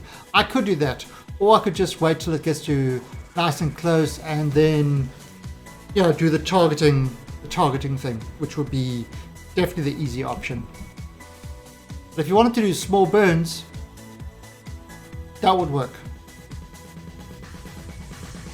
So what we're doing is we're just going to do it until we get nice and close.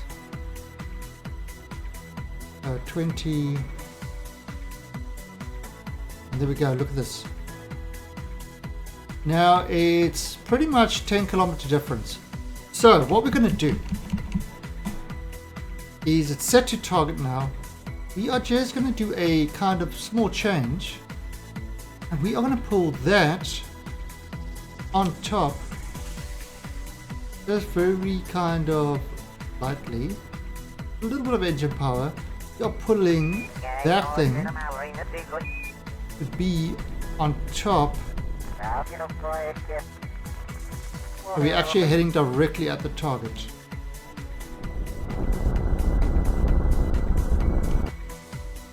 It's at 46. Okay, it's using a little bit of fuel, but it's fine. And you can see it's 9.5 kilometers. Yeah, multiplayer. A lot of people want multiplayer. There is a dark multiplayer mod, but it's it's kind of obviously unofficial and stuff like that, and it's got its own problems. Alright, so there you go. You see, if now just doing that small little burn, 1.6 kilometers at that point.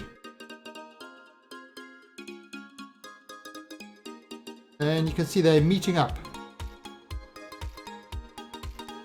Alright, now you can see how this is moving away from it. So what we can do is, how far are we? 3. So maybe what I'll do is I'll just do a little bit of a burn and over. That's too much. 54. Okay, so now I'm going to go over to the retrograde, and I'm going to push the retrograde onto the target. In other words, I'm going to slow down. I'm going to slow down by, and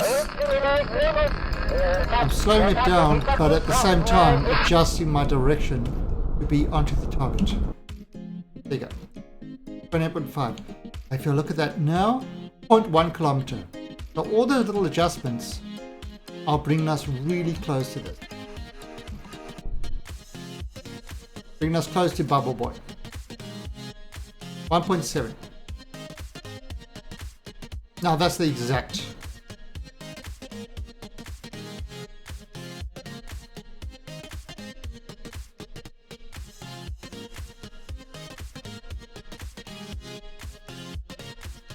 Okay, there you go. Less than a kilometer away. Or 27, so we are going a little bit quick towards it. Not really a problem. We've done this so many times, we kind of know exactly when to brake. I'll probably brake at about 500. I'll apply the brake. See how rapidly we go. So There you go. You see, I'm down to already 10.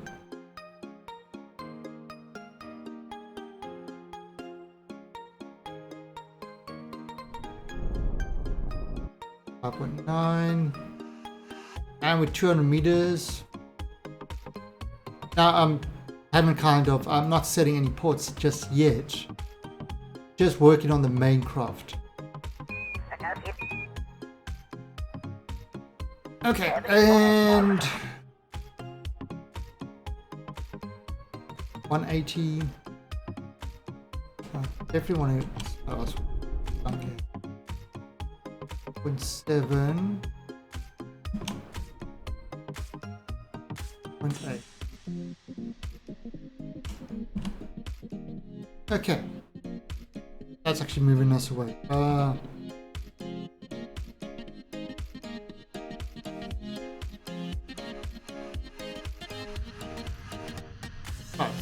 Right, so that's kind of pretty much stopped. Okay, so what I'm going to do now is I'm going to set that as our control from the airport. Now it's changing the whole nav ball. Right, and we are going to move over this craft, and we are going to use this port. Oh, let's actually use this port over here. We are going to set that as the target port. That's where we want to go. So now we are going to be doing our docking. So what I have to do is turn the craft on.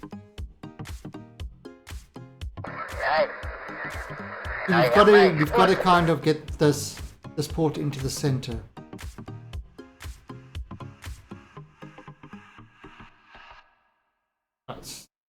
However, remember it's because this port is on the top. It's not it's going to look funny to control it. There we go. Now we are going to set this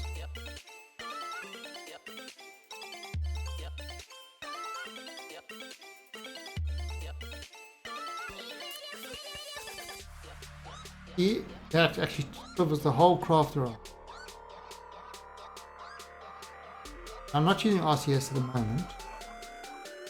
Just kind of using the SAS to do this big turn.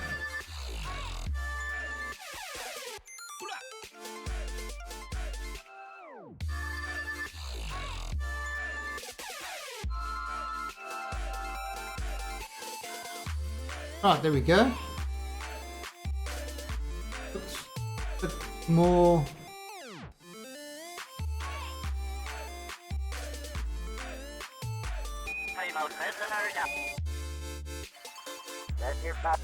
Okay, so that's kind of that port. It's all aligned. So what I'm going to do is I'm going to aim the camera there. Right, so now turn on RCS, and now the RCS is obviously now working according to that port. So when you press forward, which is the H key, notice the RCS is going to fire at the bottom of the craft to push you kind of forward from the perspective.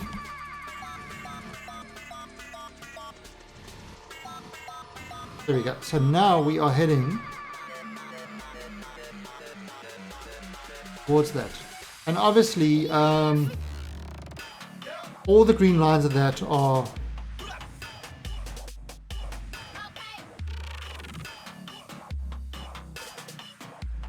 trying to keep myself lined up there. What I'm going to do, I have to kind of turn RCS on and off to because of the balance of the craft. Otherwise it's going to burn all the RCS just trying to keep itself stable.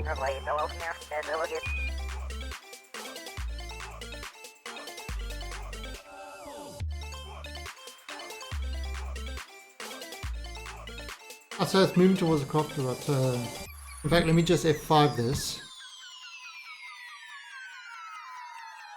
Okay, we are just moving towards the squad. There we go.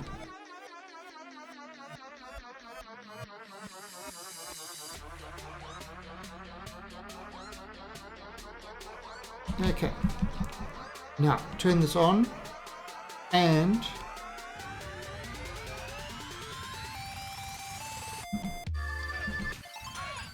gotta bring this...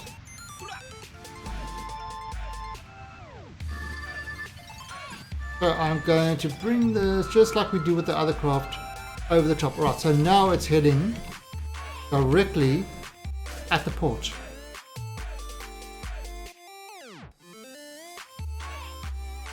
And this. Heading at 0.5.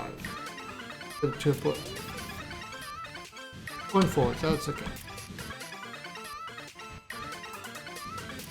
Ah, there we go. So I was heading directly at the port. Let me just turn that off.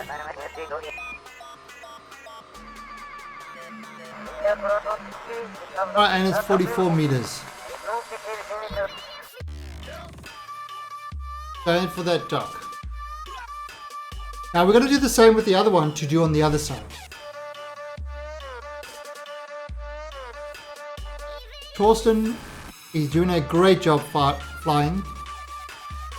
Zyko, well, he's been a good R2D2.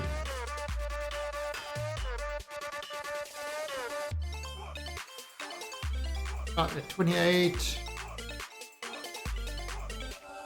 I see this craft isn't as balanced as the other one, so that's why we're keeping our RCS off until we actually need it.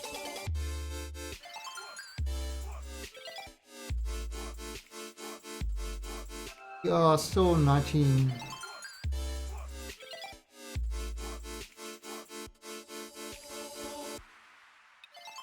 Okay. 5 it. RCS on. And slow ourselves down. Ah.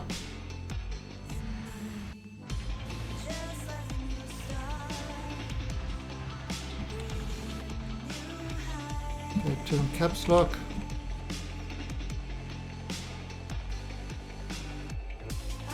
Let's see what's kind of happening. Just need to this.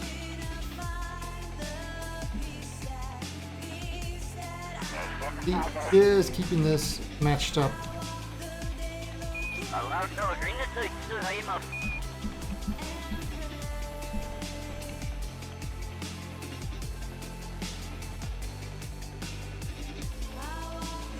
Oh, so what's happening?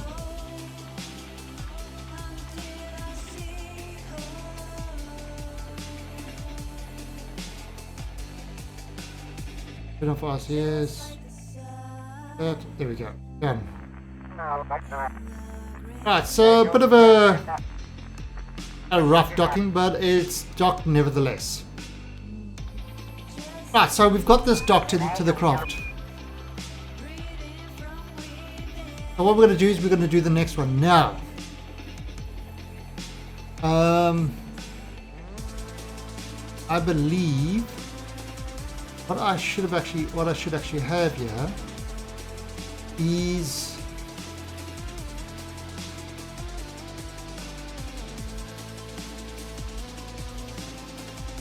so all engines.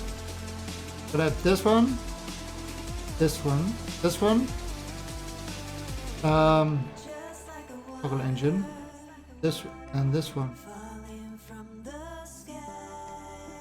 Actually, no, we've already got the toggle engine. That's the air.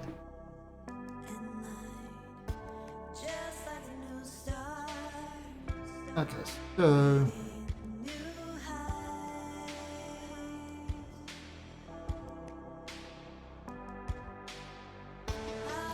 right, so if I press F5, toggles that engine.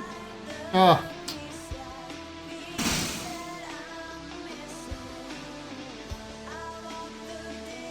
And 8. And that one is 7. Alright, so I've turned off all the engines of this craft. So all the engines of this craft are now off. Okay, so now we're going to go and get the next one up. This craft's up there, and one more SSTO to go up. So let's head back to the Space Center. And we're going to pick up another 2. We're going to pick up another pilot and another engineer. So we're going to pick from chat again.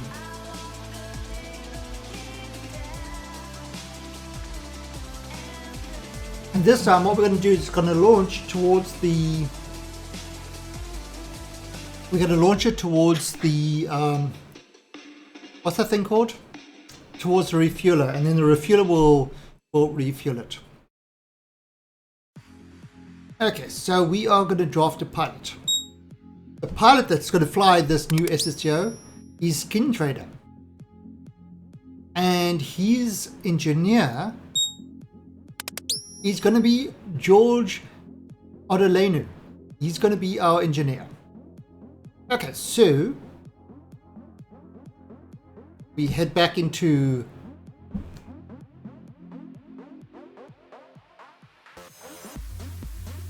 to pick up our new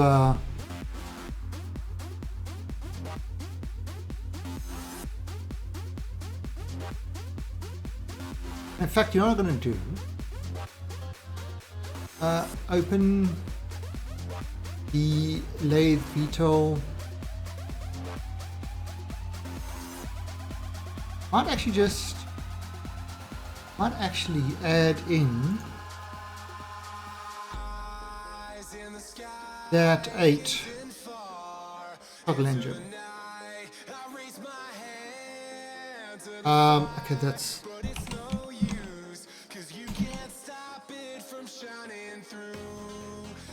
right, so we save that. Alright, and inside this one, move those 2. We had Skin Trader as the pilot and George Kerman as the engineer. Great. Okay, so they're ready to go. They're happy they are ready to go. Hey, Farside. How you doing, mate? Right, and let's I'm doing very good.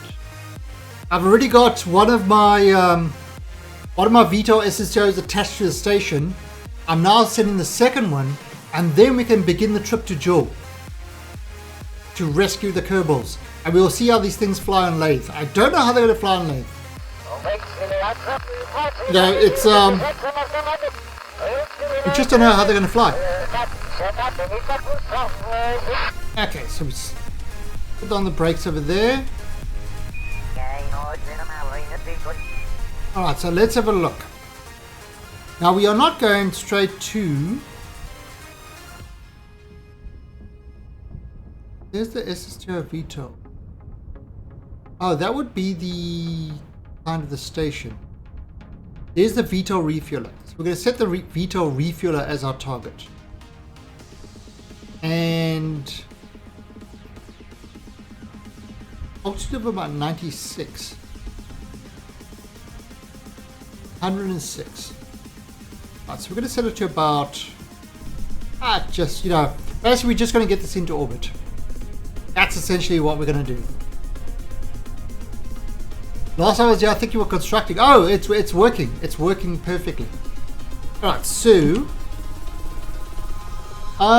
should we wait until daytime? Oh, let me actually move that jar so you can actually see the Kerbals. Oh, I haven't got that jar with. I didn't realize that jar was right there. Not a fan of this jar, to be honest. There we go. I actually want the jar to disappear when it's not being used. Oh, there we go. Okay, so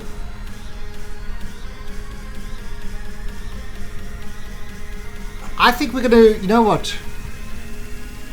Let's wait until a daytime launch. So we're just gonna wait here until daytime. There we go. Beautiful sunrise. Oh look, the moon's just in front of it. Might even be a solar eclipse. Alright, so let's see where is the refueler SSTO.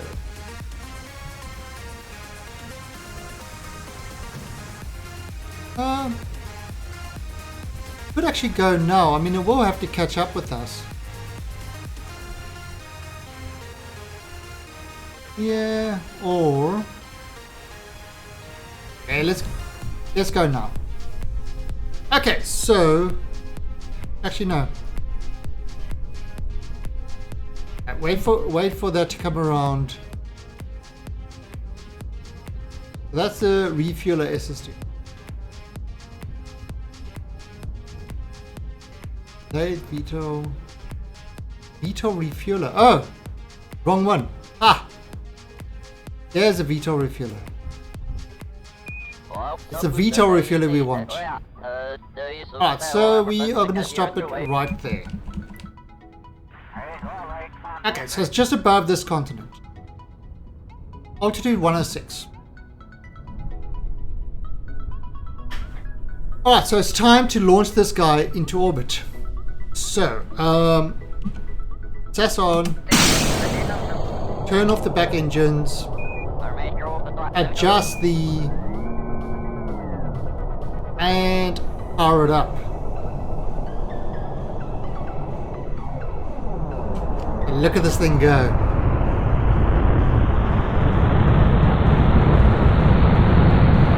Look at it go. Right, so it's pushing its way up. There we go. We have a liftoff. Let's turn on that engine.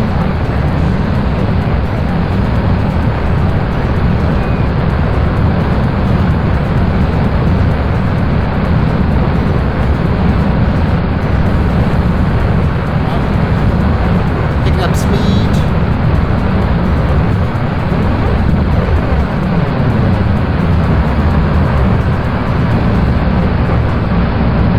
Hey, just your average genius.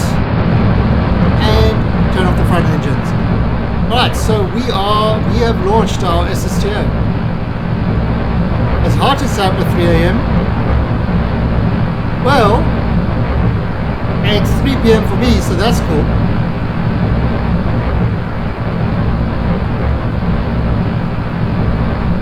Yeah.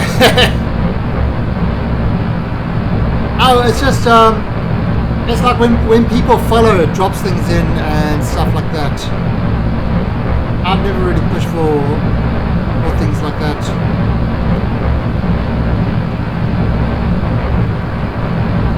Right, so look at this. And look at that, it's at a really, that's dropping a bit. So we are going to push this up to 10 kilometers and then we're going to flatten out. I know, it's actually one of my favorite builds.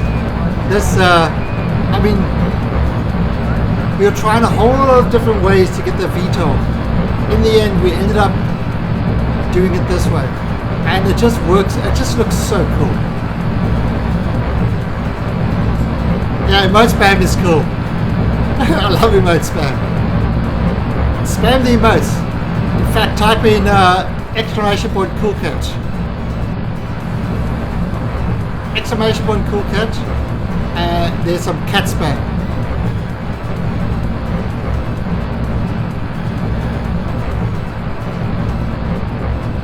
So I've got a cat just to catch all the emotes.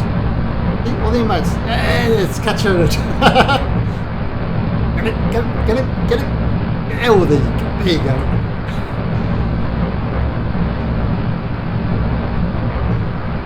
Right, so we're busy now. We are above 10 kilometers. Now we're just busy building up speed while we're climbing slowly.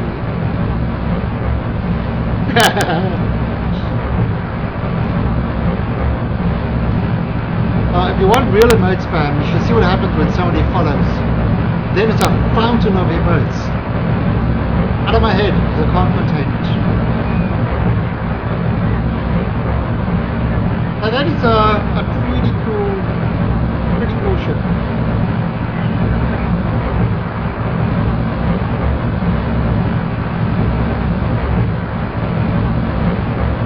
So I'm going to be getting like some serious speed. Really putting up the speed here. Now we hit above 20 kilometers now. So now the air becomes, the engines are going to start dying. The engines are going to start dying. So now it's time to switch over to the rockets. And pull up some more.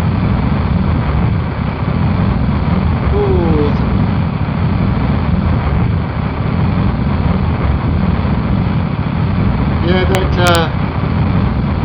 I definitely like that emote spam thing. It's pretty fun.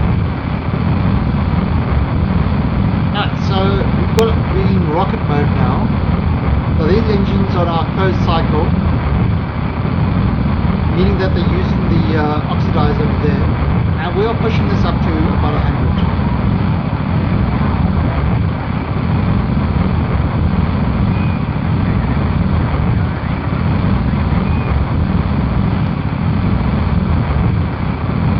What it's also doing is it's pushing this speed.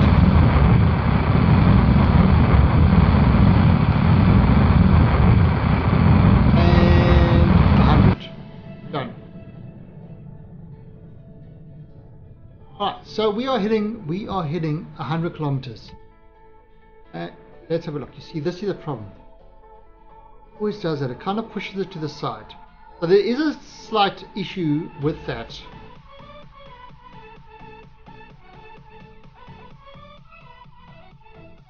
I love emote spam. Emote spam is cool. Alright, so we're trying to get this in kind of a little bit better place. Oh, so it's going to be 591. Oh. The 547. 545. So that will get it into orbit, but it's going to be a little bit of a strange, inclination. But we are in space, and at 7 seconds before, we're going to start burning, and we're going to pretty much use up all our fuel to get us into orbit. Wasn't the best of launches. Again, this is going to be, it's for Lathe. Now on Lathe there shouldn't be a problem because it's less gravity and it's a lower, no, it's a lower atmosphere. I overspammed. Yeah, you see, lots of spam. All the spam. Spam more. More spam.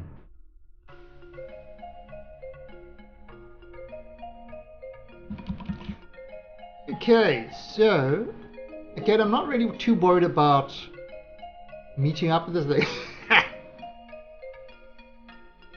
That's spam-malicious. Whoa, that's a lot of spam. That's Kappa spam. Alright, so 6.5, so 7 seconds we're going to burn.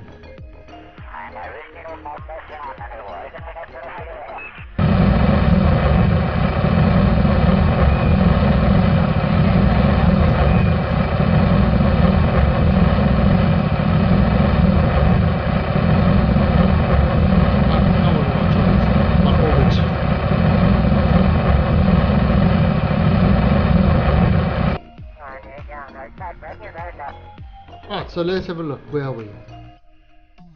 Alright, so that's kind of the best we've got it. You know, we've literally got two Delta V left. 2 Delta V left. Now that's our target. What we're going to do,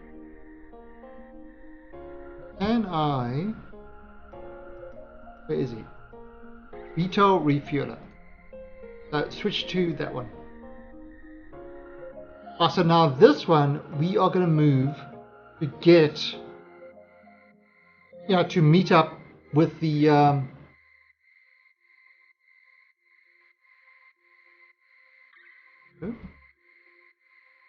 right click, switch to.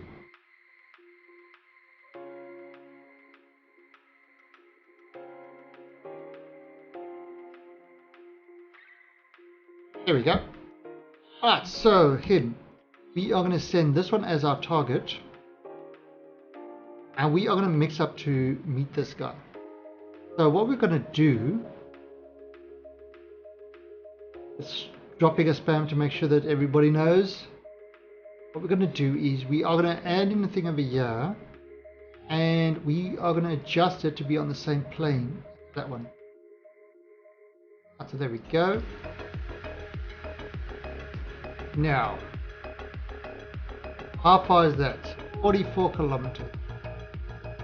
So probably gonna need to just make a few adjustments.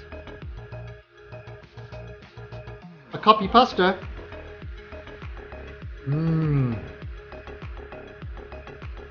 Copy pastas are delicious. And there we go. What's that? That 12 kilometers intersect. That's not bad. There we go. 2.9 kilometers. Okay. So I'll do a little burn over there. And that will give me within 2.7 kilometers of the other craft. So that works. Alright, so now this thing I believe oxidizer. Got some oxidizer in there. Then I push that oxidizer out there. That one. Alright, so there we go. This part is pretty much useless. I can get rid of this part.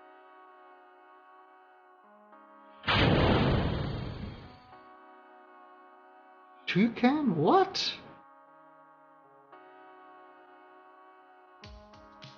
I can't see.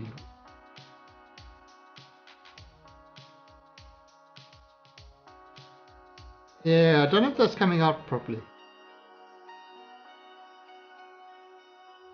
Alright, anyway. So, in 6 minutes time, we're going to do a burn. Oh, wait a minute. Burn.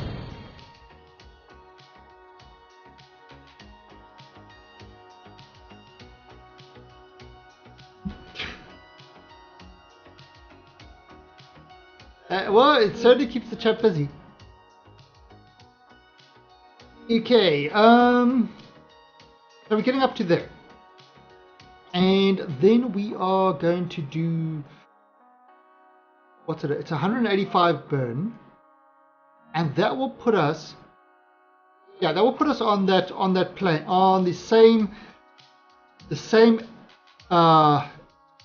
inclination as the VTOL SSTO, so we can match up with it and burn it.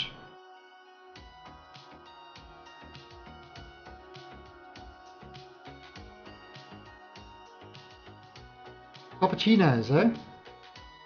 Alright, so let's head over and add 17 seconds.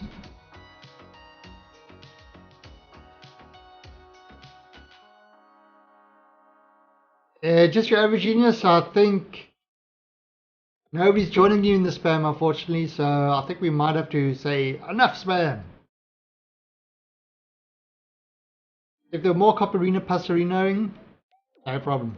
I think we reached we outspammed everything.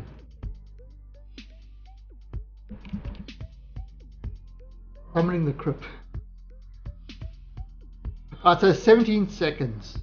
And we are going to burn. There we go, 17, burn.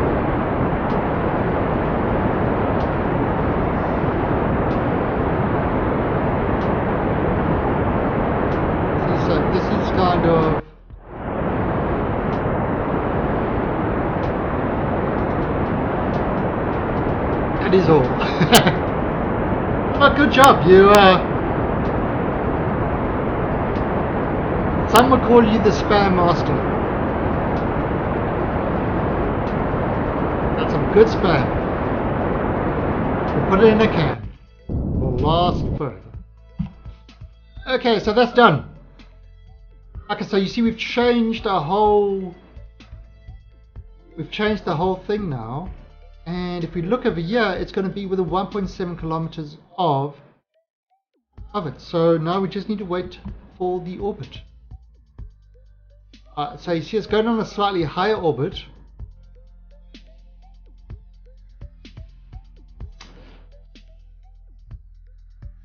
Yeah, TMI.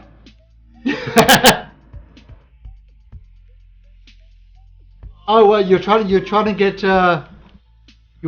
the drop frames and stuff like that. Actually, you know what? That was actually kind of funny. When I first set up this thing with OBS and having the what do you call it, the emoticons on the screen, if people spam too much emoticons, it actually used to kill my stream. It actually used to kill my stream because my CPU used to go ballistic. It used to just shoot through the roof, and I used to get drop frames, and it totally killed my stream. But I've worked out ways to do it where no matter how much you're spamming, my CPU is sitting on about my encoding CPU is on like 70%. It sits between 60 and 80%. It hovers between there, and doesn't really move much away from that. Even with all your spam, it didn't do anything. Alright, so we're 3 kilometers away. Alright, so what we're going to do... Ooh, yes.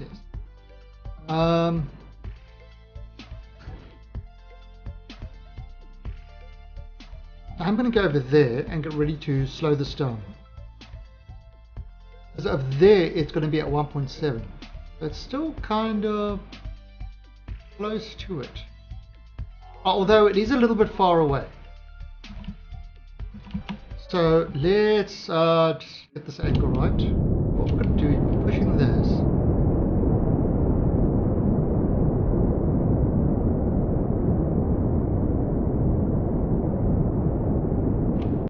Ah, look at that. Ah, so we're heading directly at the target. You see over there it's 1.2, but we are heading directly at the target now. 5.9, we could probably give ourselves a little bit more speed. Maybe just to about.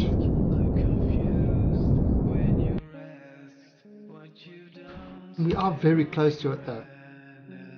We are very, very close to it.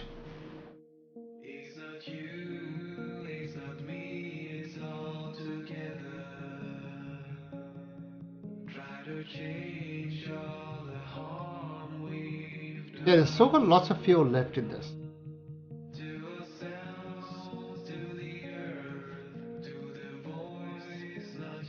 Right, so it's 7.5. So I mean, it's not approaching it fast, but it is approaching. Right, so look at that. See how it's kind of gone off, so we want to bring it back. I mean, I know I should probably use this slowing method,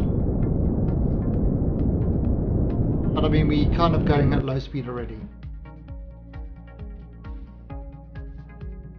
Look how easy this thing turns. It's crazy how easy this thing turns without that other big section. This thing is very maneuverable for a big craft. And we're getting back to 500.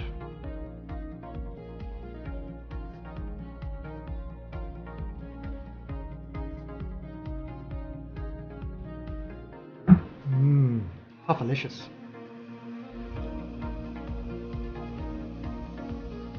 Actually, might as well F5 this just in case. Right, probably want to slow down when you're like 300 meters away.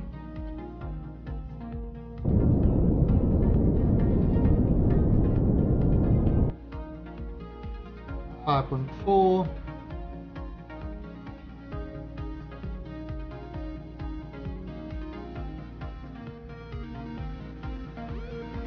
Right, so we're getting really nice and close.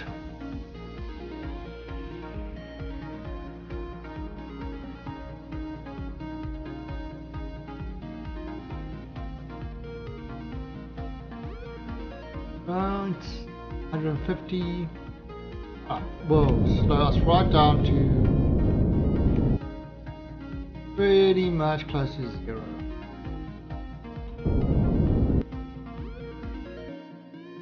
Okay, that's good.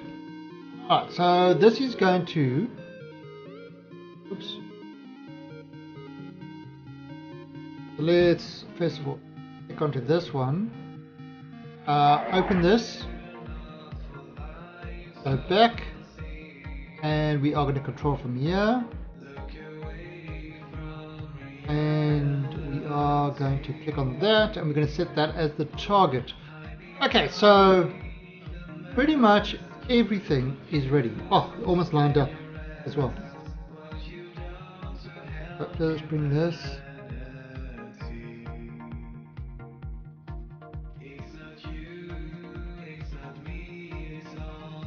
And that. And give this a turn. Alright, and now turn on that and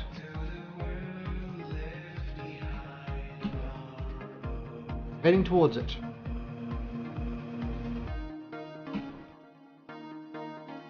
So there we go. We're heading directly at that part.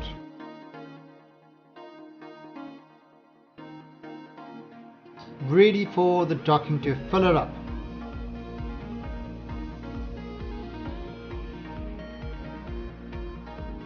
And we can do a camera from here, so you can have a good view of what's happening.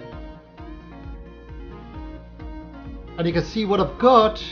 I've got the target marker and I've got my retrograde on the target marker. Now I can use caps lock to give myself a much finer control. And yeah, we are going at 0.7. We will adjust that. We'll slow it down quite a bit as we get closer. But we've still got some distance.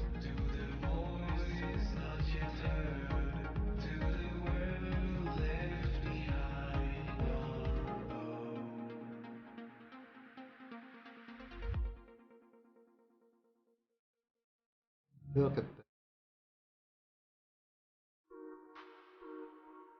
Right. 25, 20. Right, so let me slow myself down. There you go. See, slow down to 0.2.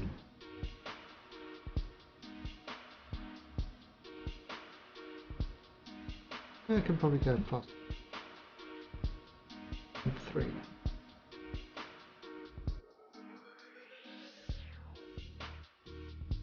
So we are coming in at an angle. Coming in at night. So you can kind of see exactly what's happening there. Alright. Look at him go.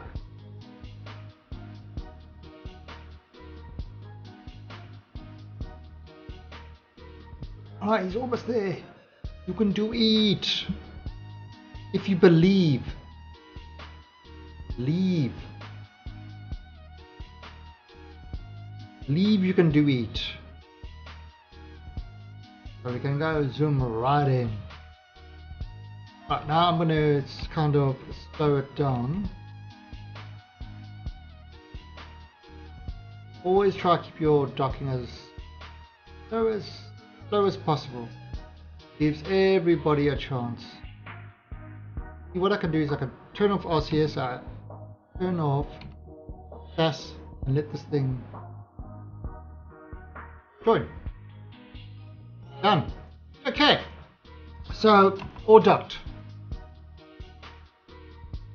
Kit Kat. I love Kit Kats. You know the Kit Kat, the dark chocolate one. Dark chocolate Kit Kat is really, really yummy. I like that. Dark chocolate Kit Kat. That rocks. Okay, so we're going to do the from the VTOL refueler, the lathe. We are going to fill it up with the liquid fuel.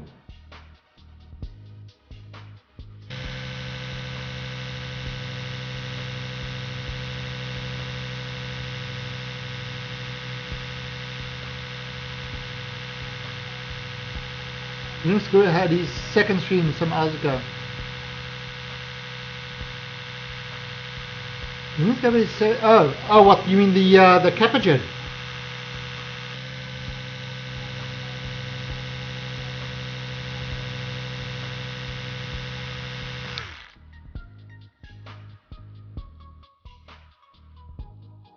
Yeah, I love dark chocolate. Because dark chocolate is it's great. Right, so transfer the oxidizer across. Yeah, actually, I found to get the Capagen, I didn't really have much of a problem getting it working.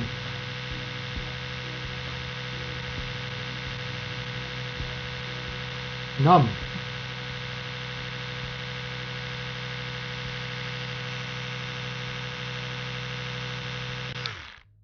Alright, so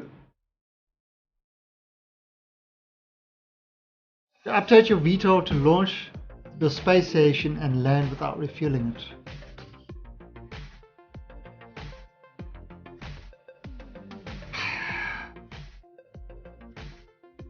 Okay, we could try to do that. So you basically want more fuel.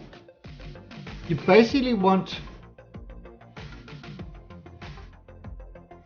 I mean, his stream is empty. His stream history is empty. Oh, weird. Can you see my history? I've got archive enabled. Maybe you didn't have archive enabled. Okay, Kerbals, you've said your piece. Stop it now. Alright, so let's undock this.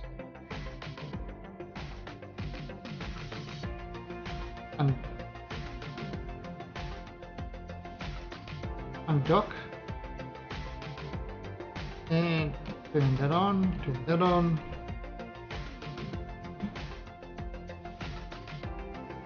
That's moving that away. Down to this one.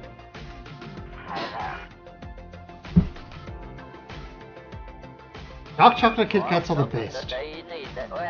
No idea what you're talking about. Alright, so I need to turn up the front ones. Front engines are off. Okay.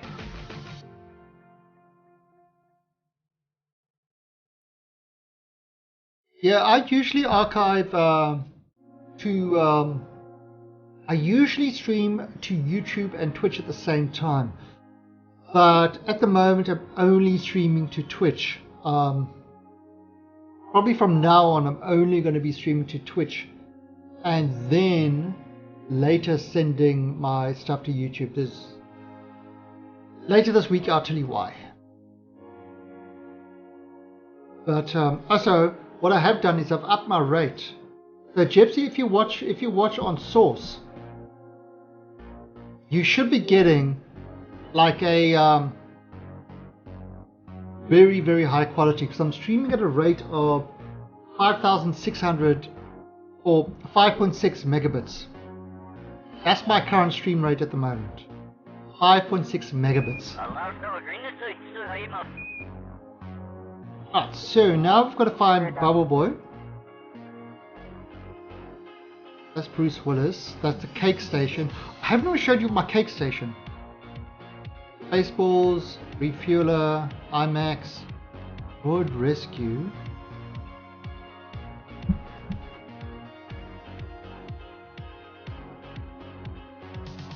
Wait a second.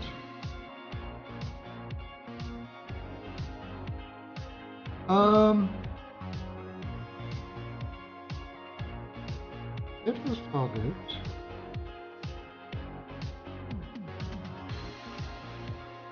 That's a VTOL Mark II. I don't. Oh, the name got overwritten. The name got overwritten. That's why it looks. No. Then what's this one? That's a VTOL refueler. Where's... What happened to...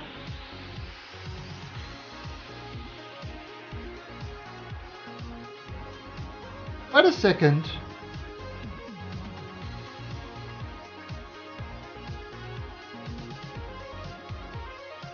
Wait a second.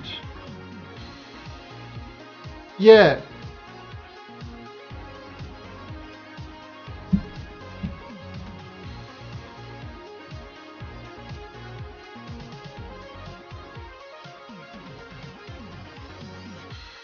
Oh, there you go. Ooh. Okay, so rename vessel. Okay, so this is called Bubble Boy. It's not. It's a station. Is it a station? No, it's. Is it a ship? It's a ship.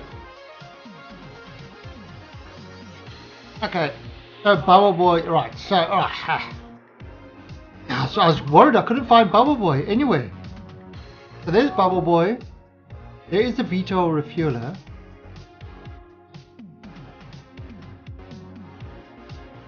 Yeah, that's what I do, Gypsy. But the reason that I normally did the stream to both is I allow, thank you Kerbals, I allow song requests.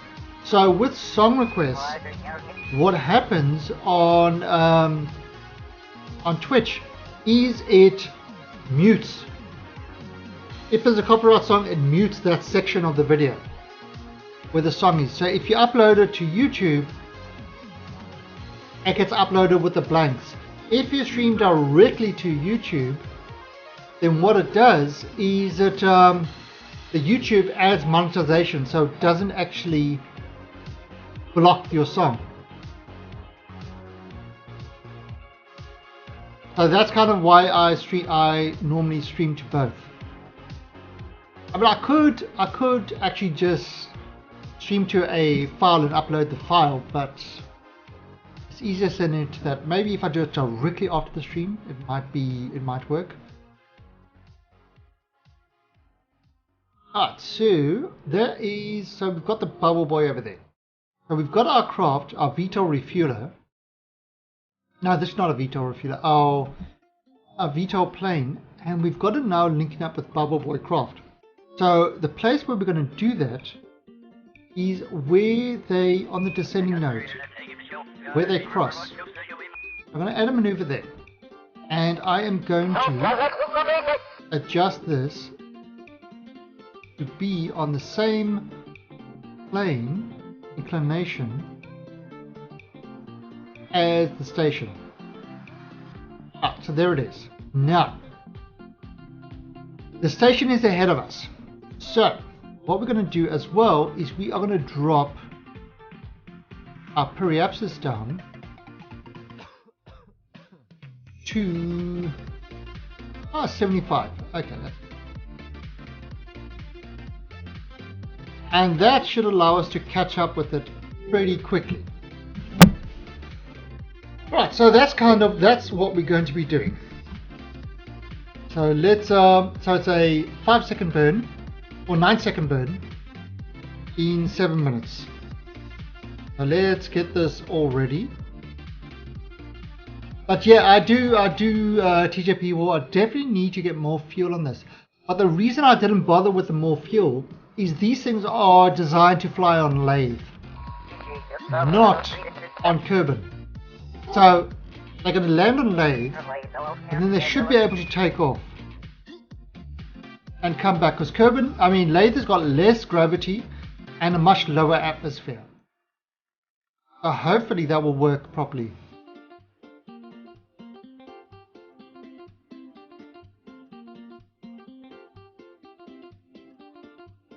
Okay, I see Avalon just hosted. Avalon is one of my mods. He's my mod that's never here. All the time differences and stuff like that. He normally pops in at the end of the stream to say, hi, I'm the mod.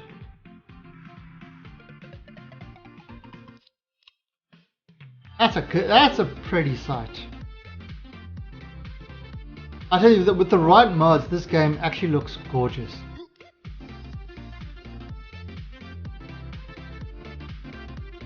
Okay, so at 5 seconds before, got a burn.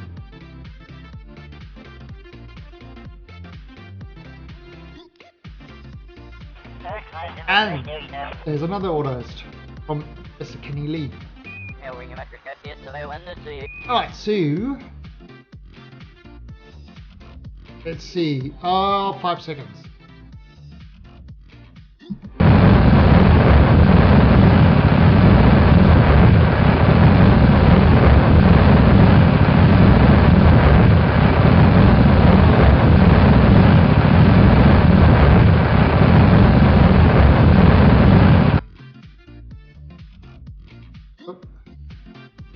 Pretty much almost done, just a little bit of a correction over there.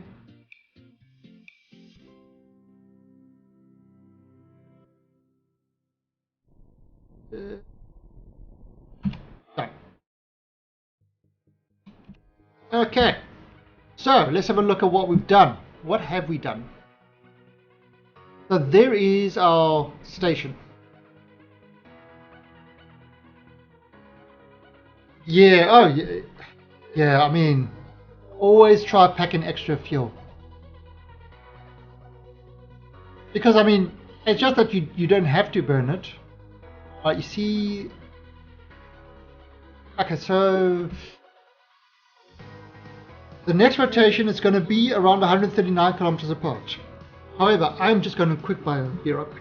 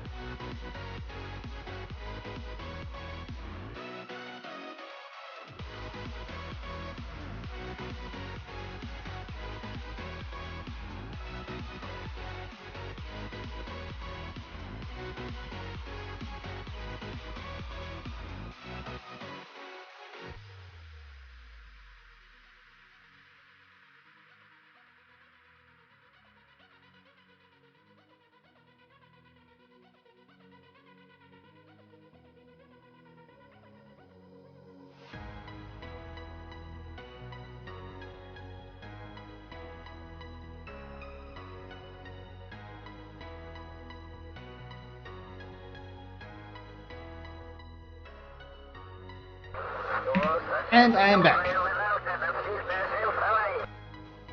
What did I do? That was... Okay. Now, we are just... Okay, so we're 264. So we're just going to wait. This drops to lower. Alright, so there they're going to be 130. Okay, we're just waiting until it can catch up enough with this. I think I had too much coffee this morning. I'm having more coffee now. Yeah. building an immunity to it by overusing it. Those who disagree are wrong.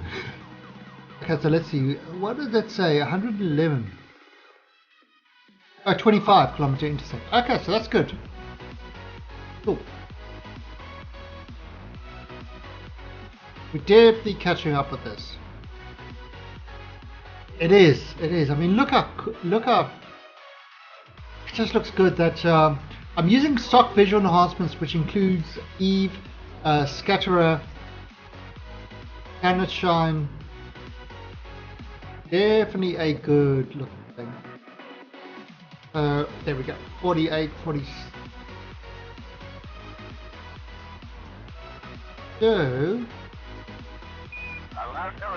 that's 25.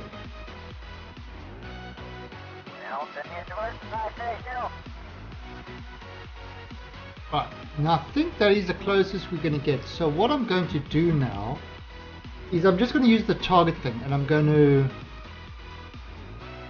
because fuel isn't really too much of an, so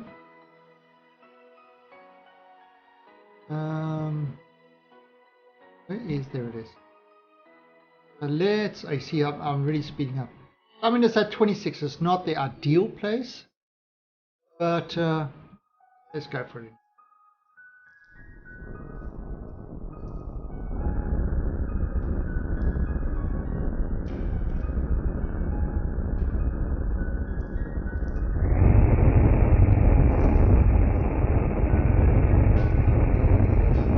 Okay, so we're pushing that.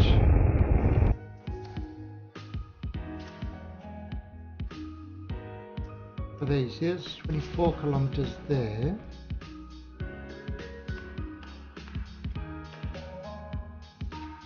I mean, the idea was to actually get these empty and use the fuel on the actual ship to do it.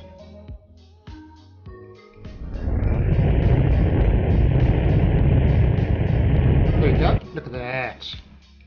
Great at it. Now, I mean, this is, normally you wouldn't do this from 24 kilometers apart, but I'm like, what the hell, why not? Let's play it dangerous.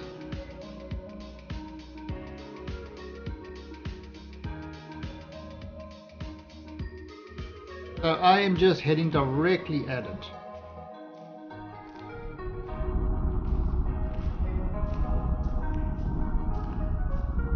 And yes, I am burning a lot of fuel.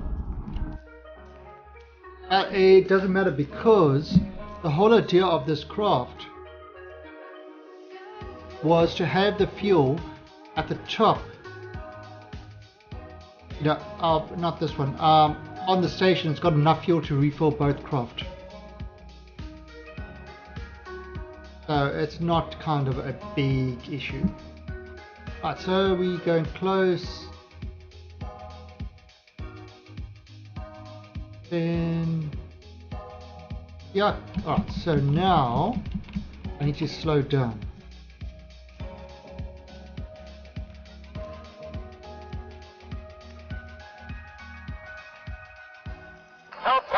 Slow down very quick.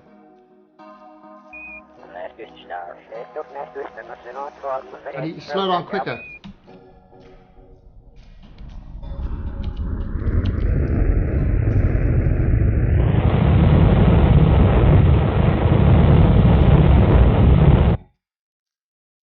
Even quicker than that. 3 kilometers.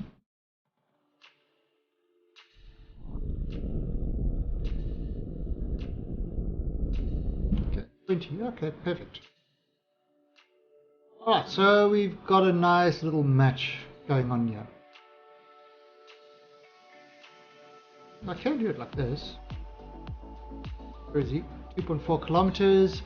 Okay, and we're just going towards it at 19 kilometers an hour. And just kind of speeding up a bit.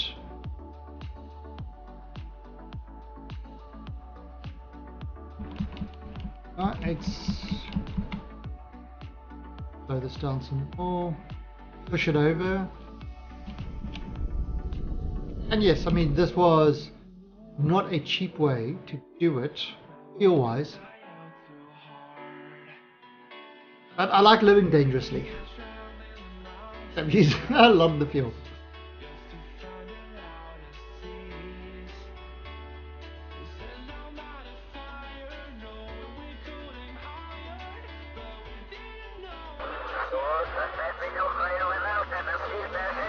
Okay.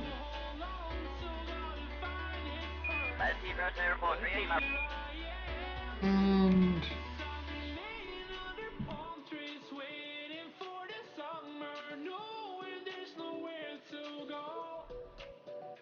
look at that. Nice and close, 360.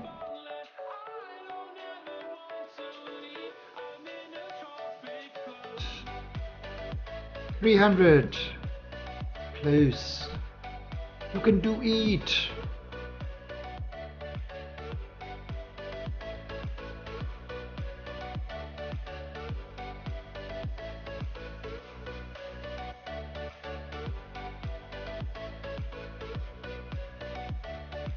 Right, and 180. Let's slow the part down. Go. Okay. Still going towards it. That's fine. Right. So what we're going to do is we're going to control from here. Then we just swivel this around, zoom out, and onto this part. We are going to right click this one, set as target, done. Okay, now we will throw this thing up and we are going to match up the ports. Go look at that. We're just matching the ports. Align the ports up. And like that's what I love about this is even when you got complicated craft, you know, this alignment definitely helps with, you know, kind of helps you with get that alignment sorted out. Look at that, I'm perfectly aligned. Wow.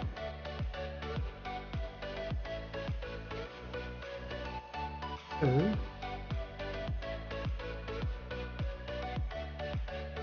A little bit backward, much. Bring this a bit back there.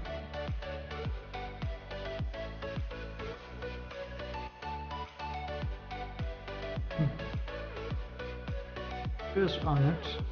Okay. So we kind of got this guy all lined up properly now. Right, so I'm going to F5 it over here. Okay, now we've got to get us onto that thing. So turn on RCS and I'm going to bring this across. Now what I'm going to do is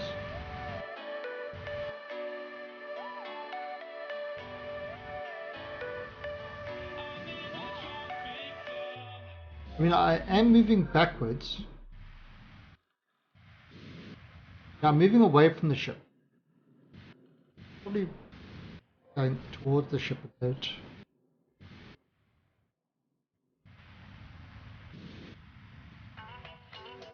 I want to move this across.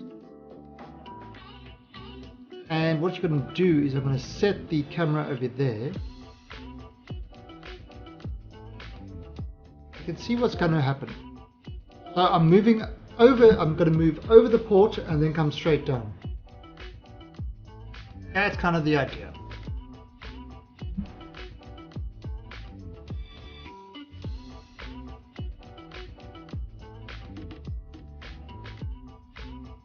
And we've got our docking port aligned properly.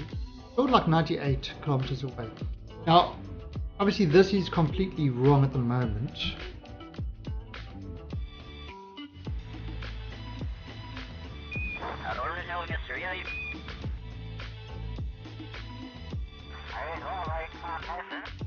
We haven't actually we're still like coming at an angle, so that's not really the best thing to use. However, but a lot of movement on the side. As we get closer to it,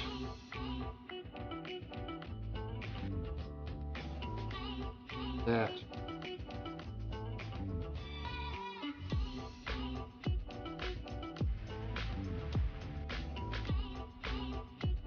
You can see what's kind of happened. I'm just moving it across and then I'll go straight down onto it. That's the plan. So by getting those green lines into the center, that's kind of the ships are lined up with the ports.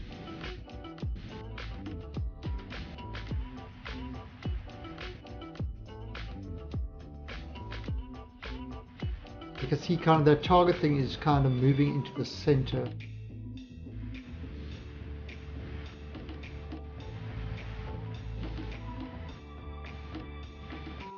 And there we go.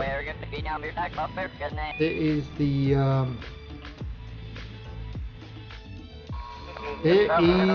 prograde. Right, bring across there. Right, so now it's coming in at an angle, but not as bad as the previous angle. Ah, look at that. Doesn't that look cool?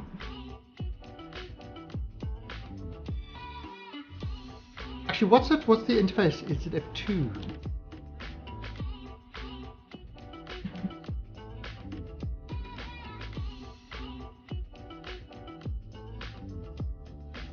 That's a nice picture. That's a great picture. An SSTO coming home.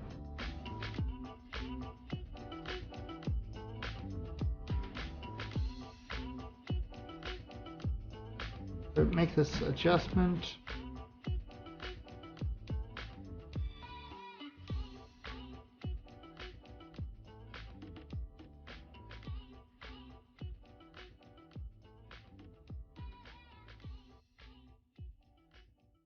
So look there, you see we've already got the other one docked. You like that, average genius?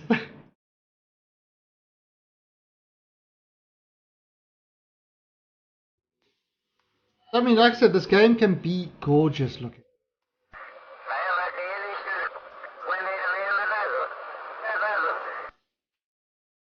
Yeah, I mean this.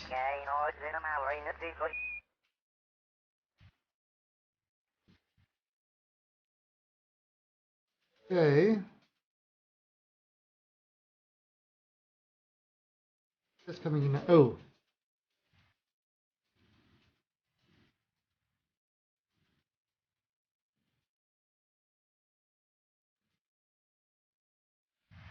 Fast down.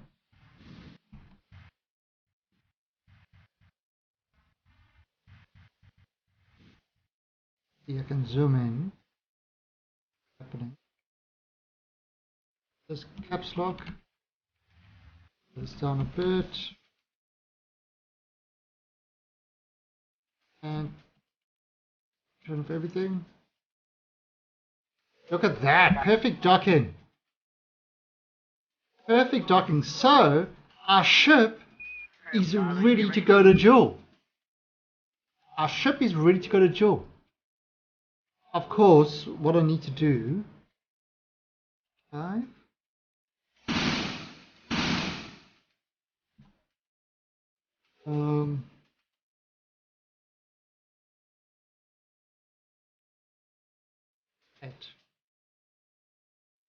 So we just had to make sure that all these engines of this craft is turned off.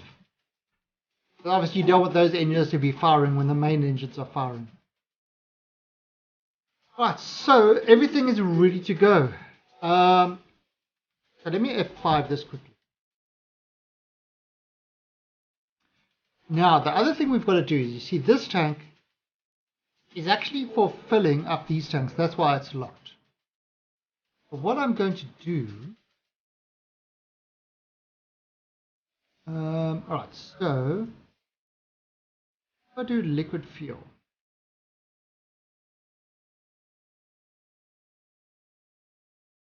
just a second.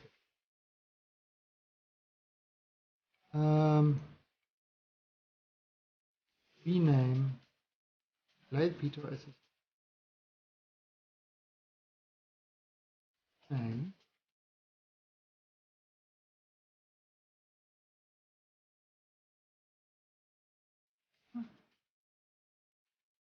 And this and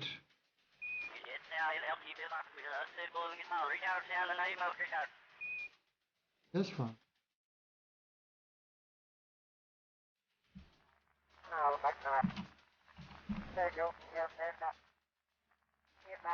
Push. Okay. So now let's see what. Okay, this is interesting. Alright, so remove the vessels part. So what I'm going to do is I'm going to click on. Oh wait.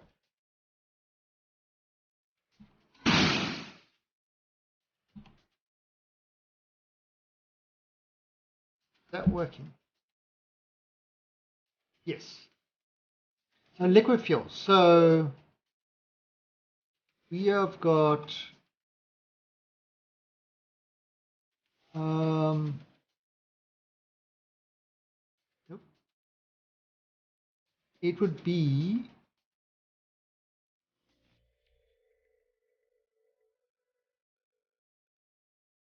tank.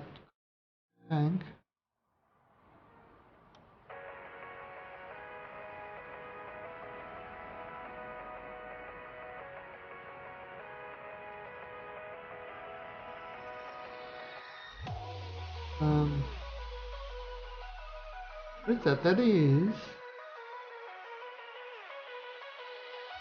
What is that thing called? Not marking.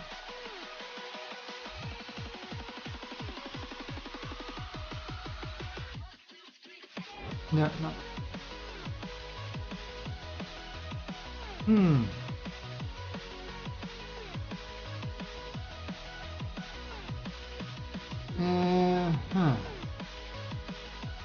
I have no idea what this thing is called now.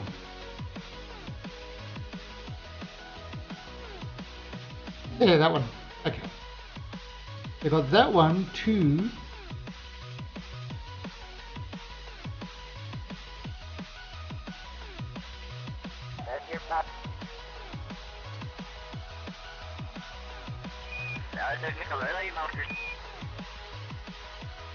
Oh, okay. Alright, so transfer.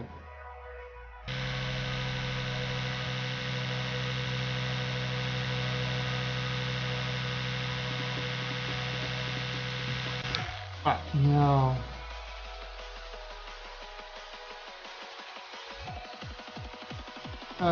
Where was it?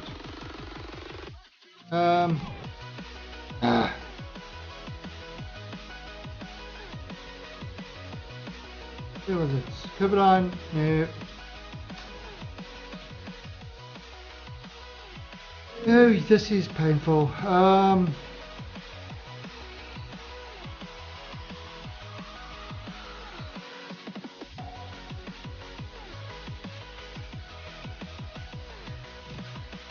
There you go. The container tank.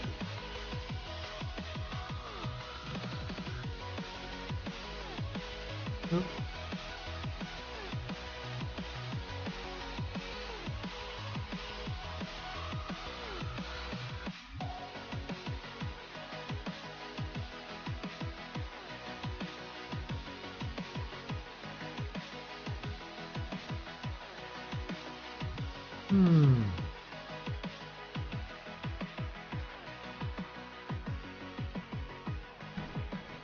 Why is it called again?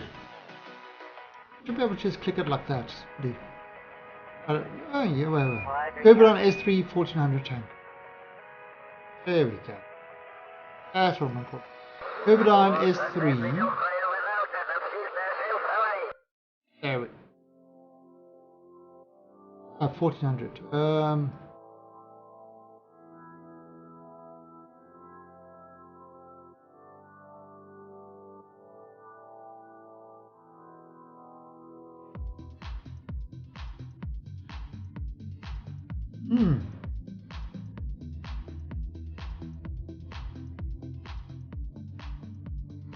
Yeah, I want to get it up there. I want to fill up these things so that, there we go. I want to fill up these things so that they both kind of, so the weight is balanced. That's kind of the key.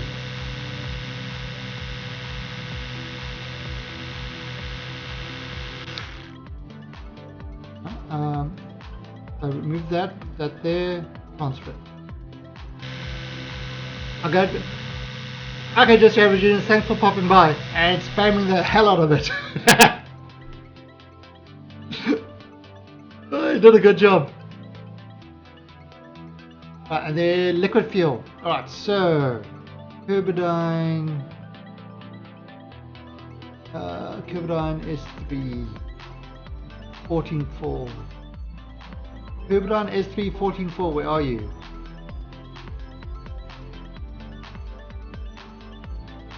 This is the ship manifest, which is actually a pretty awesome mod.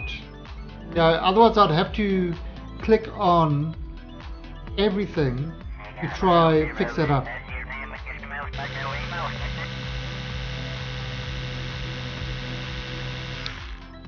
Okay. Done. I think we filled up both those ships now.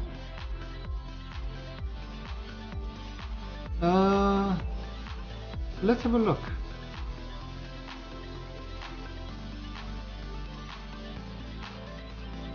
Minor propellant, okay. Not a problem. Okay, so we've pretty much fixed up both these ships. So these ships are both, so the weight distribution of this craft should be equal now. So let's Alt F5 and we're going to call it before Jool launch. Okay, so this ship is pretty much ready to go. So now we are going to launch this to Jool, and let's look at how much Delta V have we got. 6,548.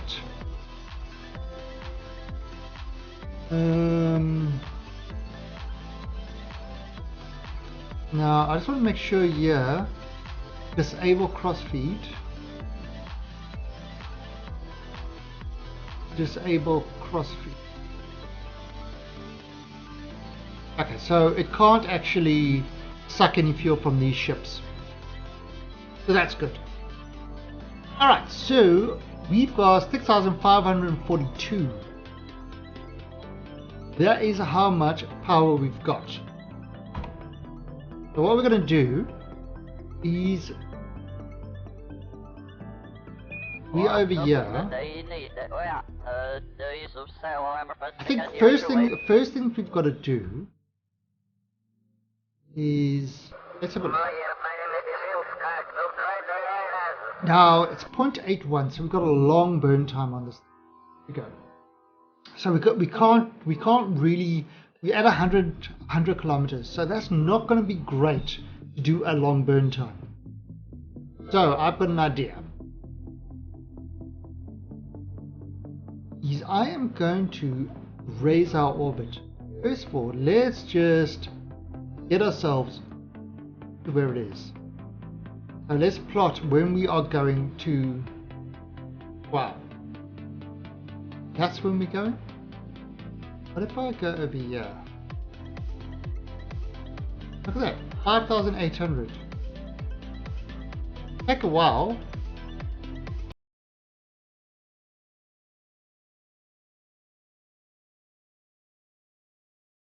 I think if we go up here,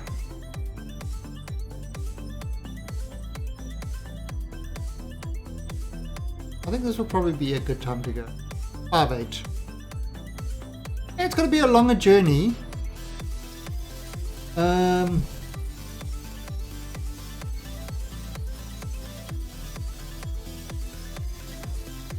but it's going to work. Ejection delta V 2700. That's not too bad. It's not too bad. Alright, so we're going to add this to the KSE alarm. Now, the leaving time, departure, year 7, day 24. We are currently on year 7, day 24. Okay, so copy details. So add a KSE alarm to keep it in there. Ejection. Copy the details. Right, just copy details. Then we can do this. We can add this guy over here, add maneuver, and now this is cool. I can either just copy paste. Oh no, that's copy.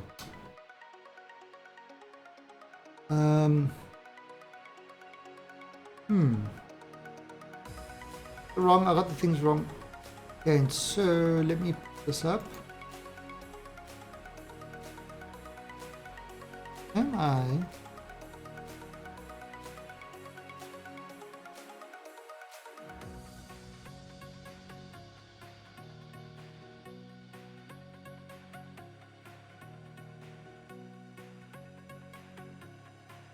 Copy details, copy, paste. There we go.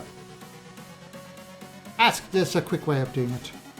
Alright, so let's have a look at this. Turn this alarm off. Alright, so if I do that,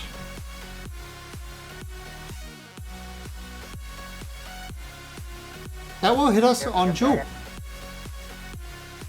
That will be a perfect Jool encounter. Problem is, it's going to require us to start burning 3 minutes before. We're going to be burning for 7 minutes. Now, if you look at this guy, if I start burning 3 minutes before, that's going to be like around here. And it's actually going to drop us in the atmosphere. So that's no good. So what I'm going to do is on the other side here, about here, I'm going to add a maneuver that will push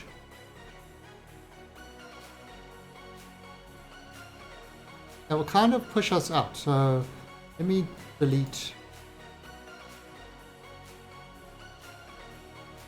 node 2. What I'm going to do is I'm going to add a maneuver that will push this up to, let's call it,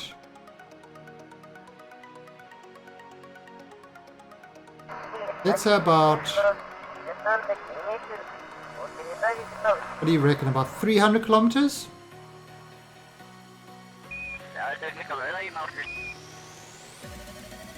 Push it to about 300 kilometers. That should be alright.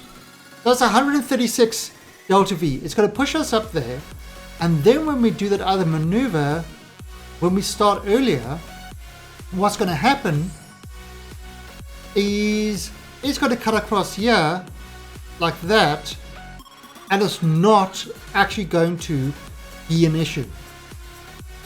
You know, we're not going to cut into the planet atmosphere. We might drop to about 100, but we're not going to cut into the planet atmosphere. So that's, I think, what we're going to do. The other problem is we can't really go full tilt. We can't go full burn because that might cause some breakages in parts. We've got to be pretty careful. Right, so I turned on.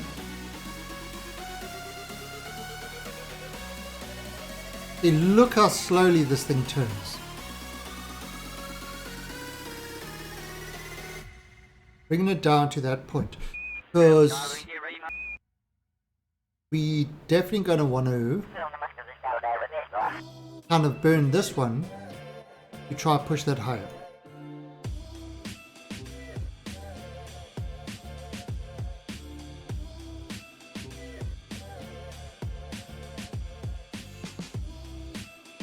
And this.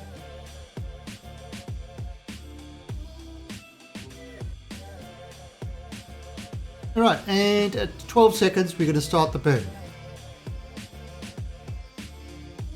Now again, this is kind of, whether this is going to work or not, we don't know.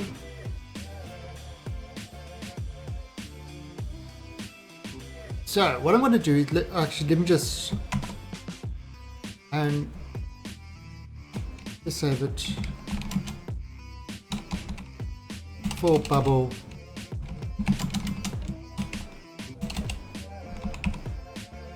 Alright, so we've got to save it at this point, so we can always come back. Alright, so I'm going to start at about 20 seconds. Or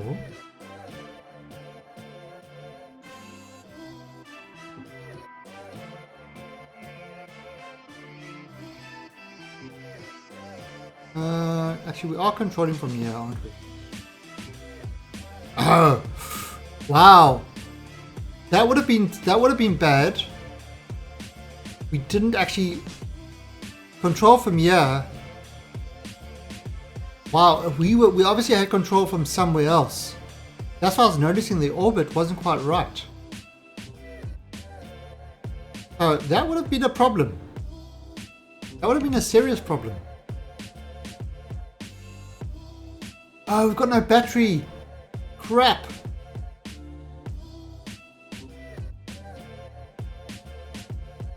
There's battery.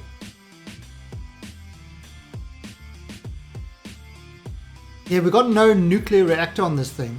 That makes moving it really hard. And this 5-meter SAS thing sucks the power right out of it. It's like a power vampire. In fact, when we leave for it, okay, we're still going to be in the sun, so that's all right. Yeah, so power is an issue with this craft.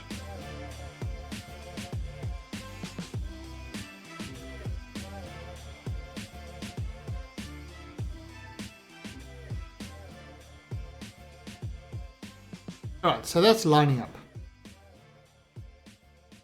And got to burn 136 delta V to get ourselves up to that 300.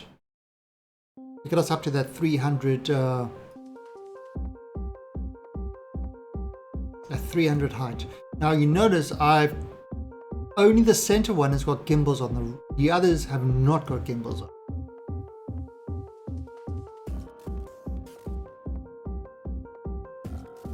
So I'm going to F5 and I'm going to just speed this up a bit.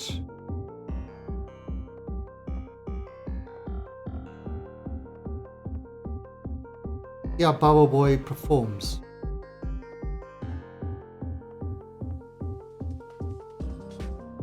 Right, now we're going to ramp up the speed. We're going to ramp up the speed. So, let's start ramping up the speed.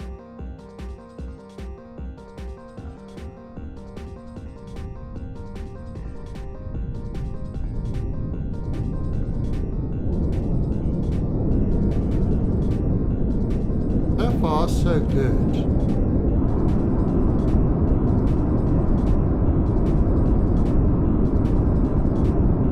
So far, so good.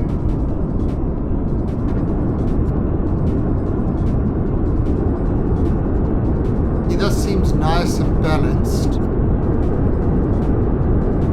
Not doing any crazy flipping out or stuff like that. That's good.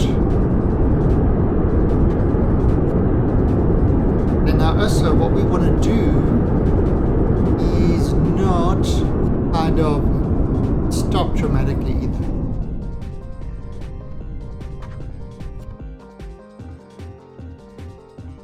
Alright, so what have we got there? So there we go. So we've now pushed that up to 300 kilometers. Alright, so now we're going to take this guy, add the maneuver, paste that in, see what happens. Exactly the previous one.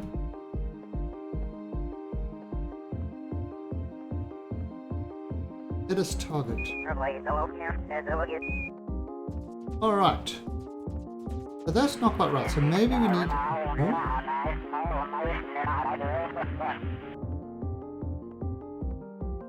Oh, there we go.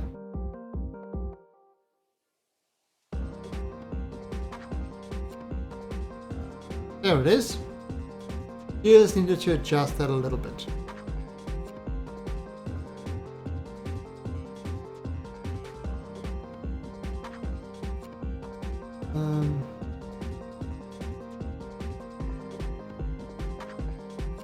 So that's 144. Let's do this.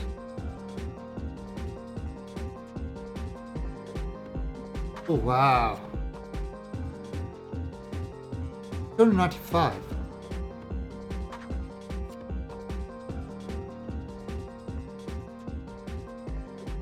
Kilometers. No, 270 million kilometers. Actually, that's not bad. That's not bad. That's not bad for a first launch, and then we can do the adjustment after that. Alright, so that's a 3-minute 20 burn. 2,700. Now, if we look at what this was in this thing, it said 2,738. Okay, so that's pretty much, that's pretty good. That's pretty good. Alright, so we are moving this to get ourselves into position to begin the burn.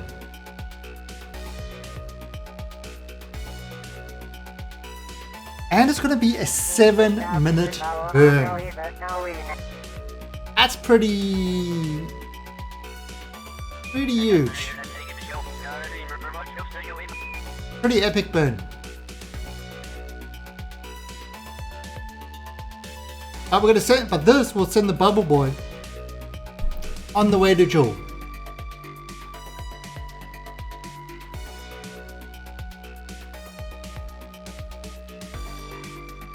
With 2 VTOL SSTO crafts, they are fully fueled, and they've got an entire tank here, so they could probably fuel themselves up again if needed.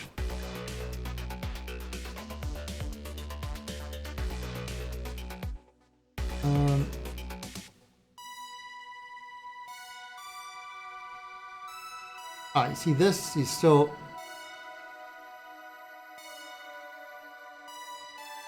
Because we got this feeding into that, so this ball is still full with fuel. That's the way we built this craft. Remember, we constructed this whole craft in orbit. Oh, great! Love it, loved it. Alright, so 3 minutes 20 before.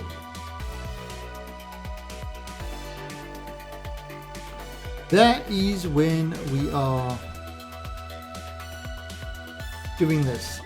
3 minutes and 20 before. See kind of where it is. Okay, so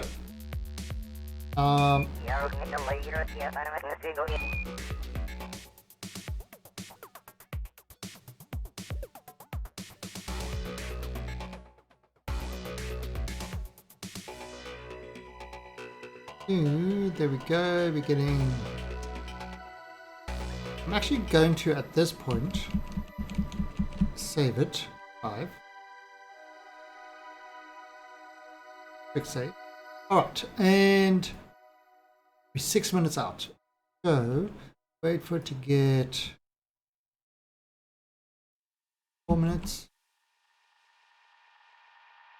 See, much higher, so if we burn across now, not going to be an issue. Alright, so 3 minutes 50.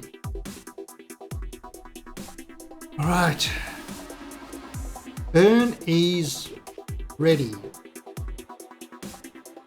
340. Still got the sun.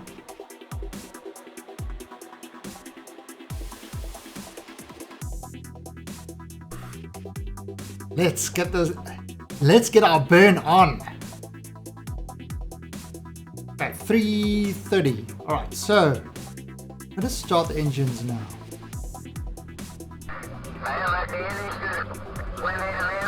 Going to increase the speed slowly.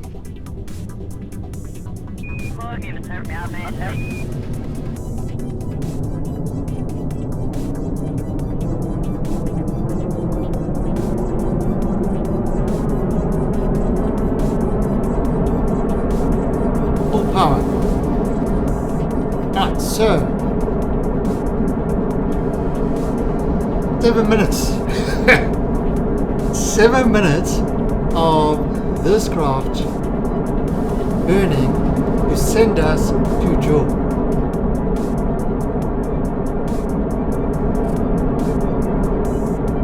I see this has got own fuel thing. Keep my eye on that fuel.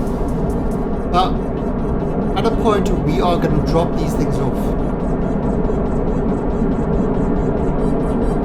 Hey, there we go. Look at that. That's a pretty cool sight. Nothing's getting no overheats or anything like that. I've got 900 delta V left on the outer tanks. Oh, it's actually a 1.54 push. That's actually not bad. That's really not bad.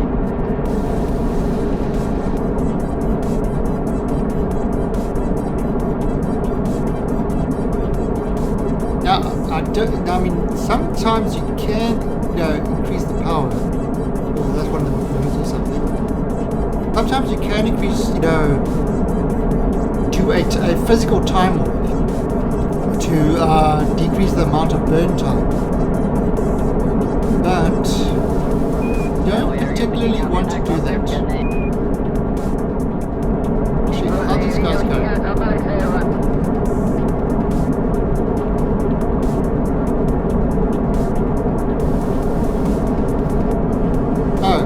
State, not enough crew.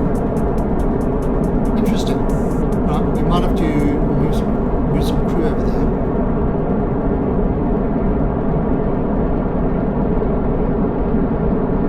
I'm a medic. Recon, everything. Alright, so everything's working.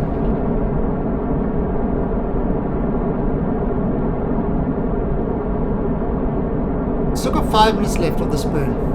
It's slow.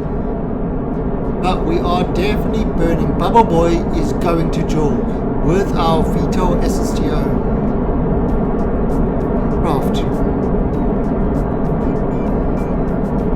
That's just awesome. Gotta love that. Alright, we've got 240 delta V left before we get rid of the stage. We're currently on 1,700. Okay, so now we've left orbit. We're leaving the system. That's why the camera changed.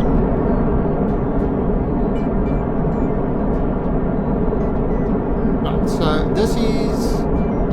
That's engine's almost done. Yep, it's a pair of SSTO, VTOL SSTOs. VTOL SSTOs. Right, so those are finished. Get rid of those guys.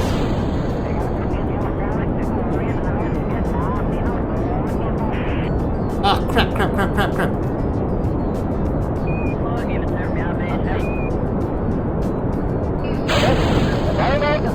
There they go. Look at that.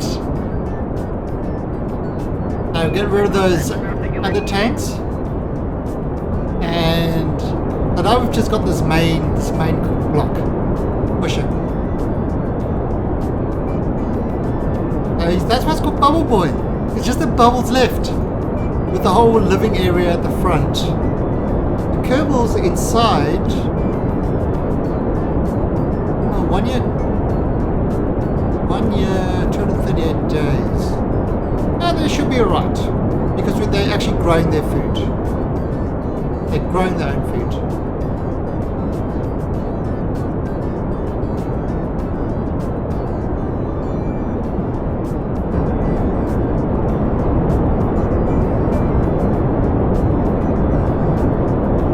Yeah, we still got some burn time. But yeah, this is taking our 2 SSTOs to... We're actually going to Lathe. We're going to Lathe to go rescue Crypto Fantasy, who is stuck on the island on Lathe. We will rescue him. Okay, see you, Sumter.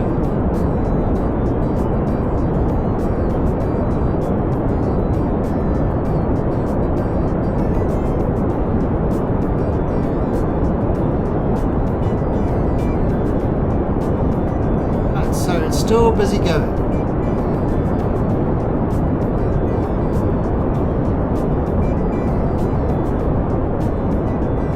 Okay, now we're on the night side of the planet. Now we're actually not getting any sun from these guys. However, these engines they've got alternator output 12. So they are able to keep them, as long as the engines are going, we've got power. These guys have got little, those little things, those RTGs to give them power. So that's why they don't have any solar panels, but it's not going to be enough to keep this whole thing powered up.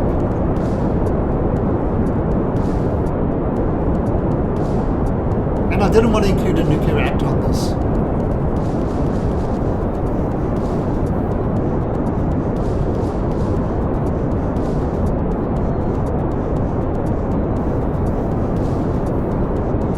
Long burn.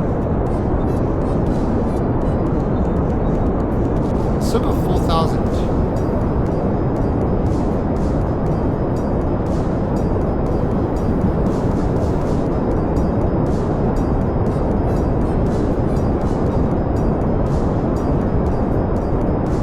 Look at it go.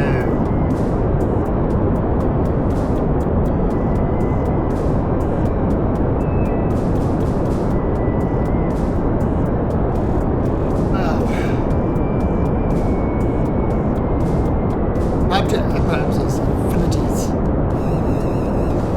So another 880 Delta V left to burn. So wow, it's a long burn. In fact, what I can do, I wonder if I can crew transfer.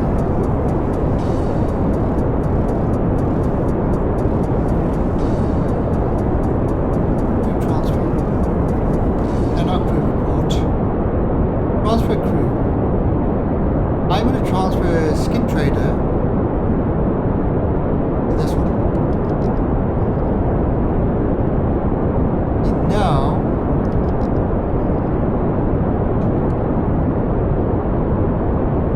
okay, so now we've got enough people to control this operation. And I'm going to transfer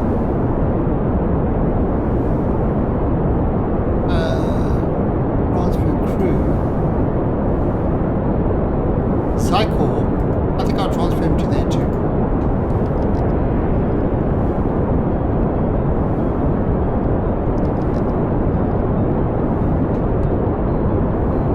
Right, so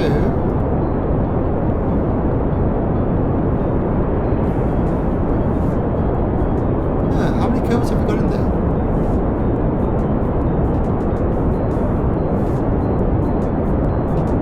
Oh. This guy as well. Austin. And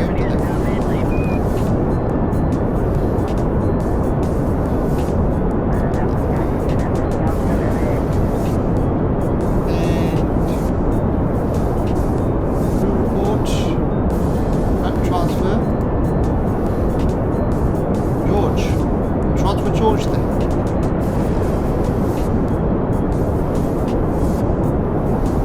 they don't need to stay. They don't need to stay there the whole time. And there we go. We've got all the people in there. In fact, how many people have we got on this ship? We have got 7. We've got 7 people in the 7 crew on the ship.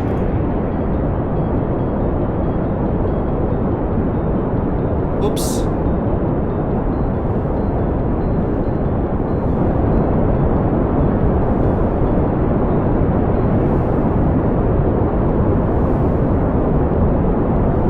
Why did it clip off that?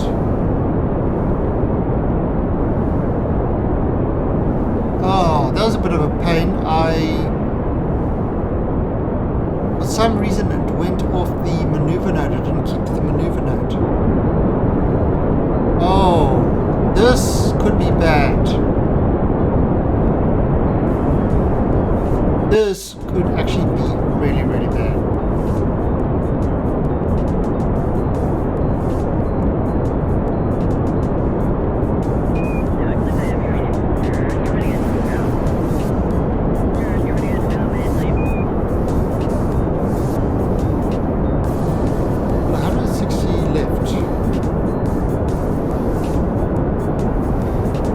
Don't tell me I have to do this whole thing again. That would make me feel very sad.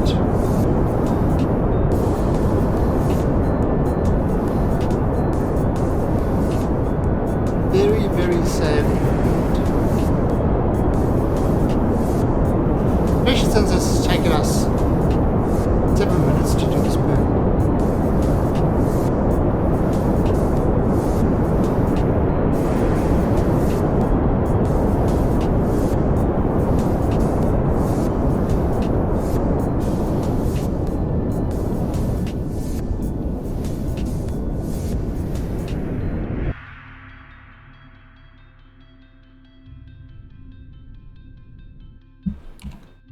So, oh wow.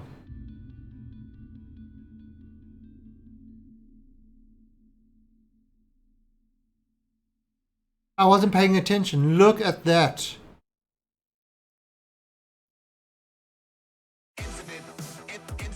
That is terrible.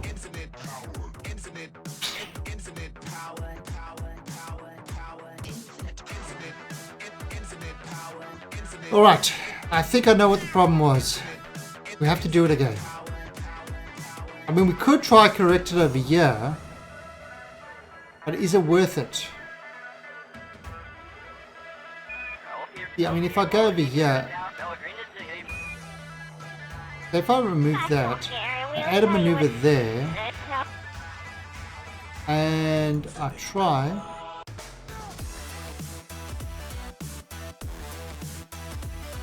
138. We want to do that.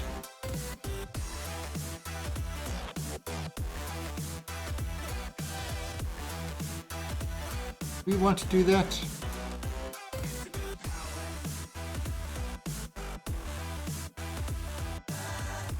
Uh,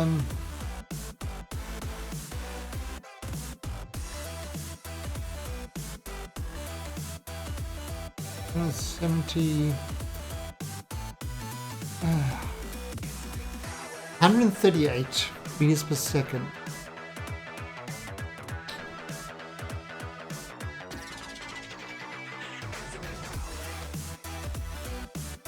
In 50 days time. Let's just see how this goes. Okay, so we're going to just add this alarm. And Infinite power.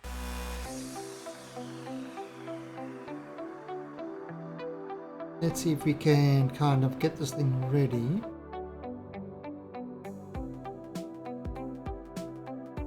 And let's try in 50 days time.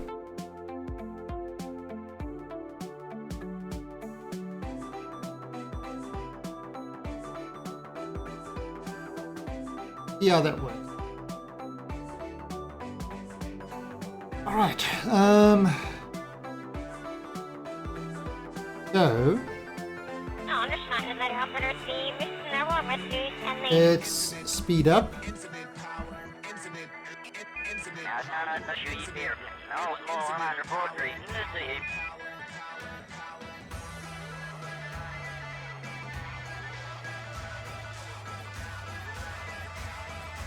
Infinite power.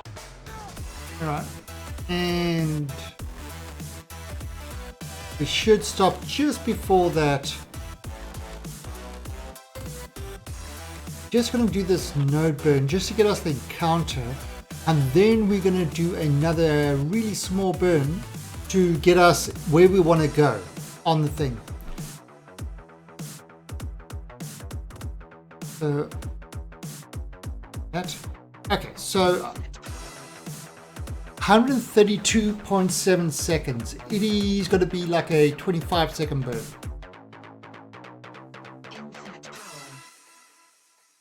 So let's see if we can do that. Okay, so getting some nice.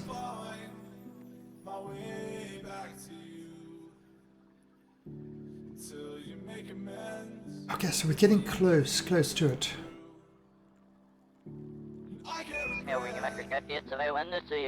Nothing else around us. Right, 12.4 seconds before. So I think about 15 seconds I'm going to start ramping it up.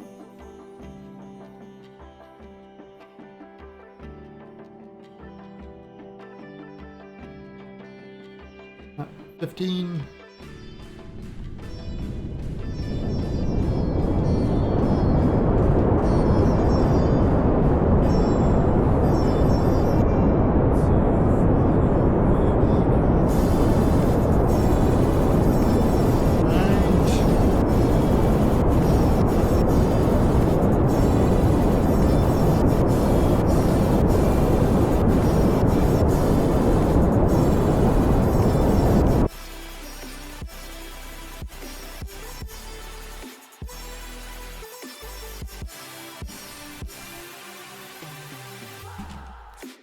Okay, so let's see what's happened there.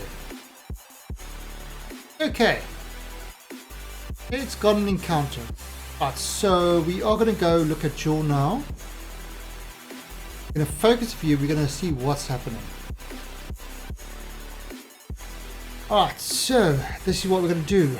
We are going to bring this down. So what we need to do is we need to add in another maneuver just a little bit before of it. That's 4 days, but we can actually go. Actually got really much closer than that. Give up, kind of. Yeah, 1 hour away is good enough. Okay, so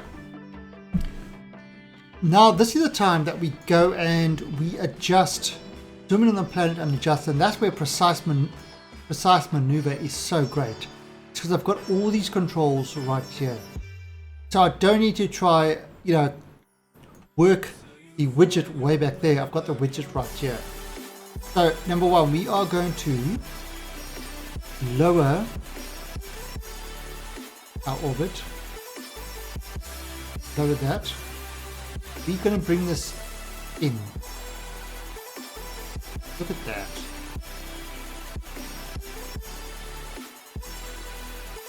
And I'll lower this. Ooh. Actually, if we're going to set this as a target. Actually, interesting.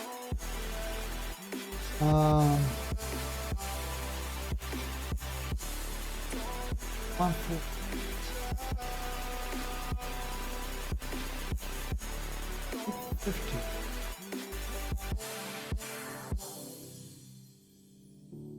I can't regret Um, you alone until you find your way back home. and go. But he's so high. I need to bring this kind of so that it's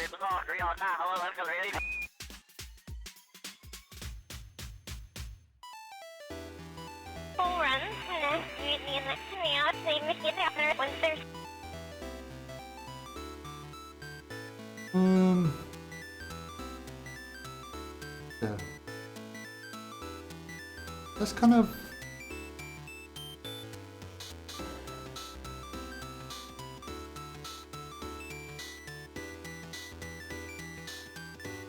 Let's see what's. I'll bring this. Let's be.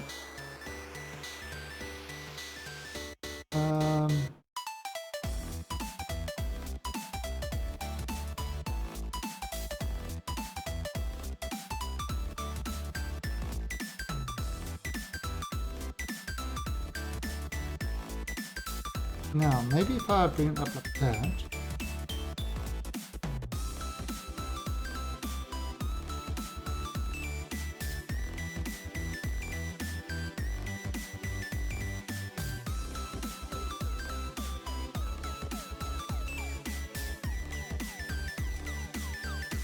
Oh, that was close.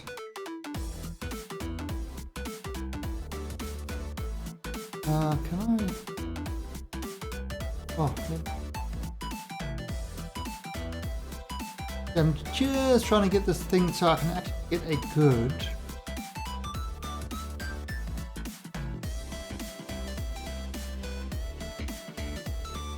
Yeah, Gypsy. 5.6. So it's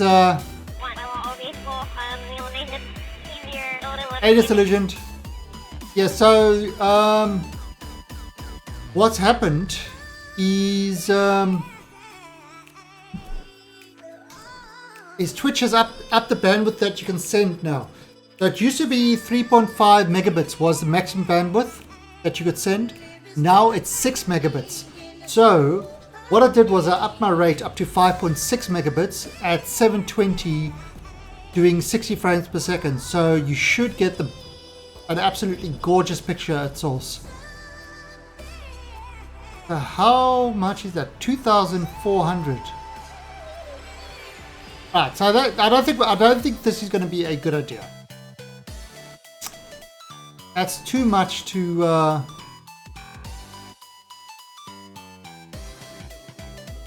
So let's delete that. I think that's too much. I think maybe if we come in over there.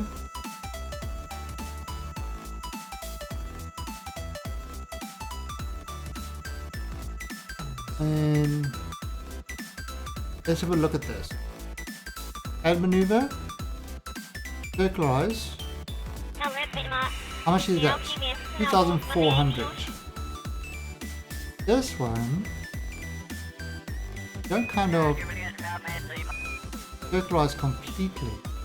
What if we, in this one,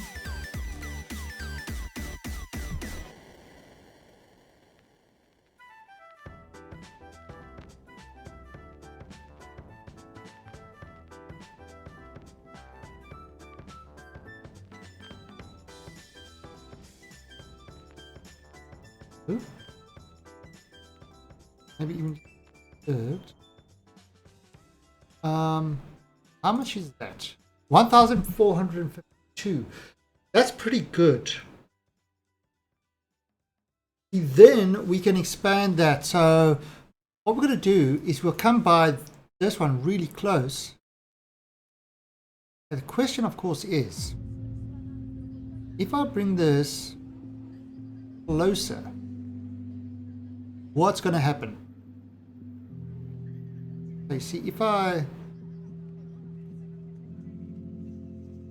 bring it there, still 1,400.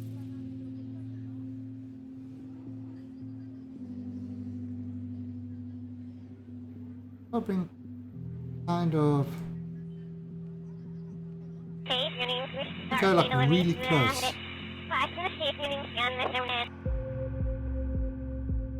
Go really close to Jool.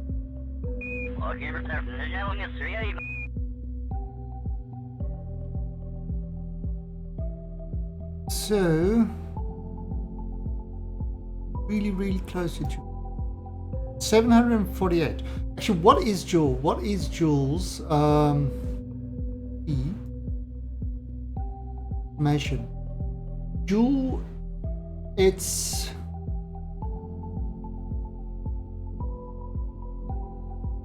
so if we look at Jool, oh, that's lathe.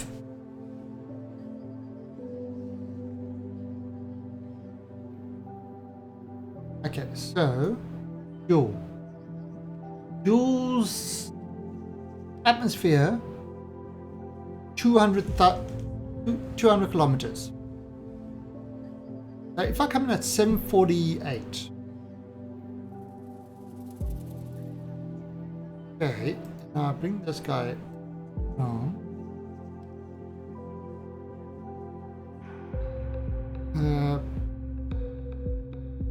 SP.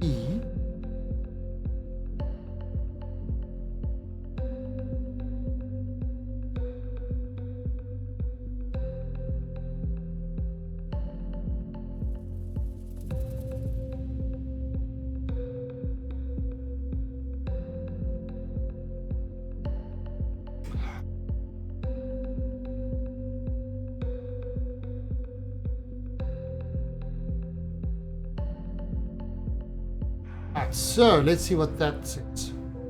So the closer you get to Jool, the quicker it's going to be for me to, or the less it's going to take for me to actually slow down. So, let's see if node 1, if we can adjust this. That's 748. Let's maybe we can get like within 500 meters of Jool. Oops.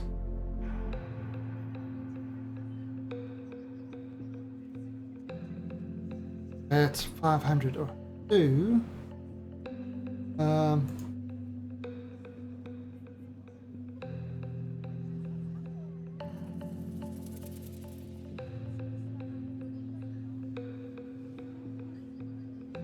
Yeah, 500 kilometers. There we go. 500 kilometers. So that's what we're going to do.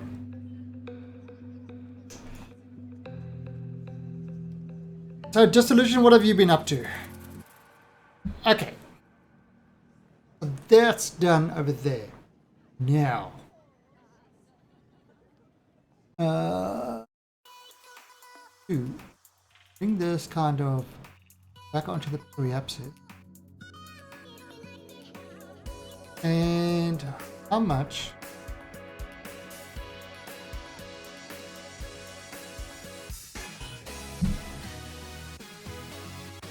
Ah, so there we go.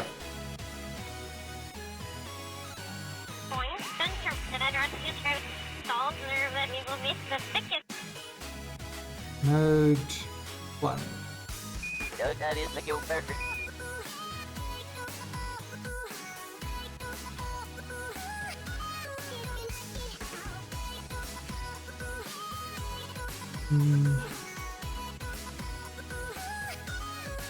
See, what are we doing here?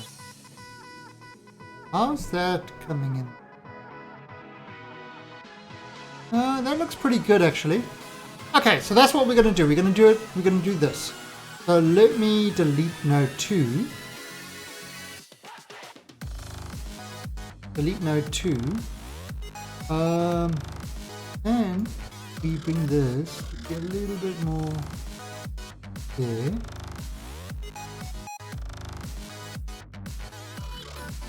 Go, and at 509. So that's going to be within 509 of Jool.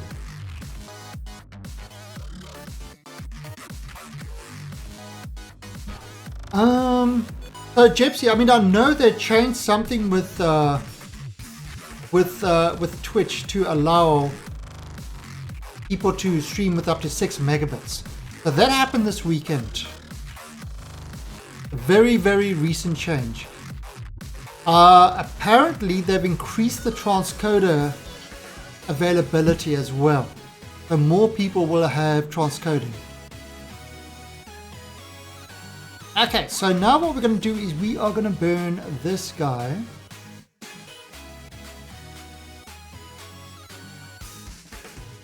To get this.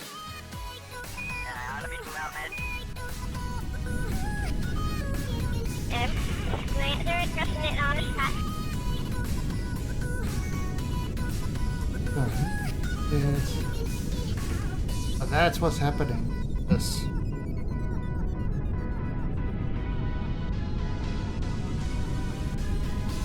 Look at it.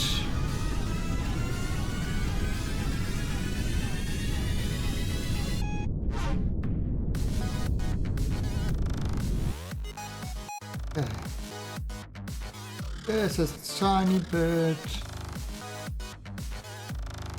Moving this really, really slow.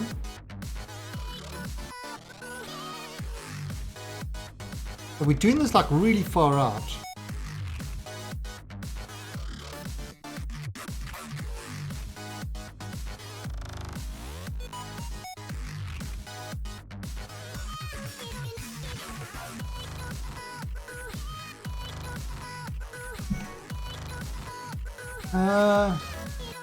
Okay. Right, now I wonder, with this craft, do we have any RCS on it? Oh, we do. Oh, we got rid of the RCS. Damn it. We got rid of the RCS. Alright, so how are we going to get this? Can I just control shift it? Right, so let's just F5 that. Just F5 that over there. I mean, we're going to control shift it a bit.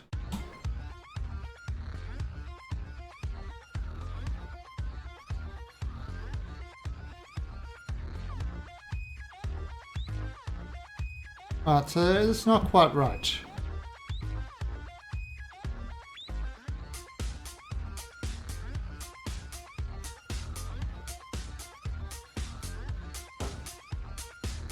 If this thing will be any better. Oh, 533. Okay. I'll just need to make an adjustment, but that's pretty good. Okay, and then when we go over here, now if I set this as target, if I go over here, add maneuver, circularize, bring this out. Let's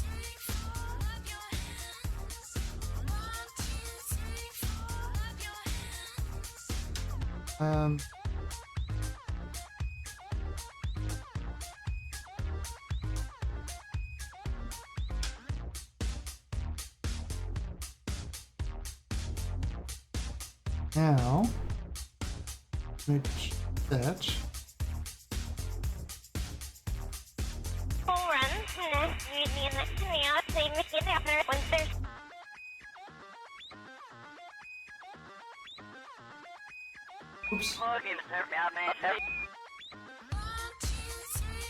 Oops. Oops. Right.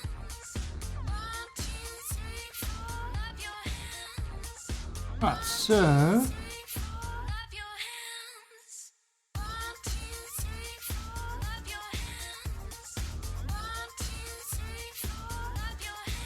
look at that.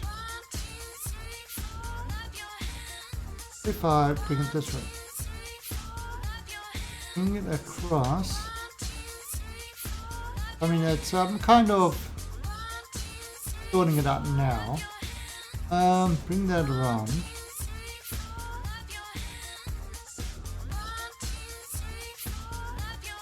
And maybe if I push out a bit more.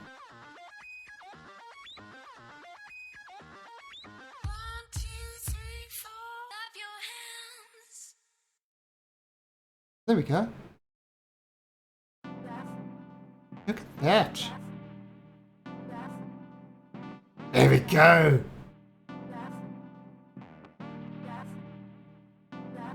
How's that? So, I want to do a 1023 burn, and it's actually going to give me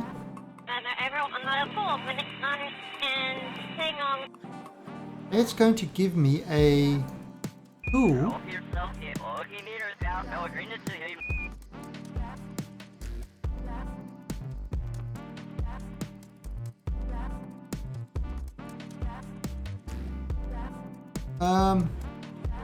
Yeah, I suppose, you know what?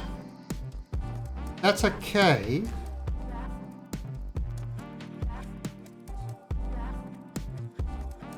That's alright. We'll do that. And so 1016, we'll get that burn, and then at this point we can do the thing to get us into, it's still going the right way around it. We just need to kind of shift it up. But that shouldn't take too much. Shift it up, get it closer. But that will put us into orbit. And that's kind of what we want. This is what, so kind of planning the maneuvers are pretty awesome that way. But that was, yeah. I think we did a good job there. Did a good job. Okay. So what we're going to do now is let's kind of move way out. And what we can do is we can add an alarm when it gets the sphere of influence change. That's 3 years, 285 days. So that's a while away. And I think that might be a good point on which to stop the stream. And then tomorrow's stream, we'll be arriving at Jool and doing the rescue. So we've got our whole craft. On the way to Jool. It's going to take 1016 to pop us into orbit around Jool, and then a little bit more to kind of, you know, get into, literally that will put us into orbit and send us to Lathe. So that's a small amount compared to what it said we're going to need, which is insertion delta V 3000. Now we've done well. We've done really well. We've cut that insertion delta V way down.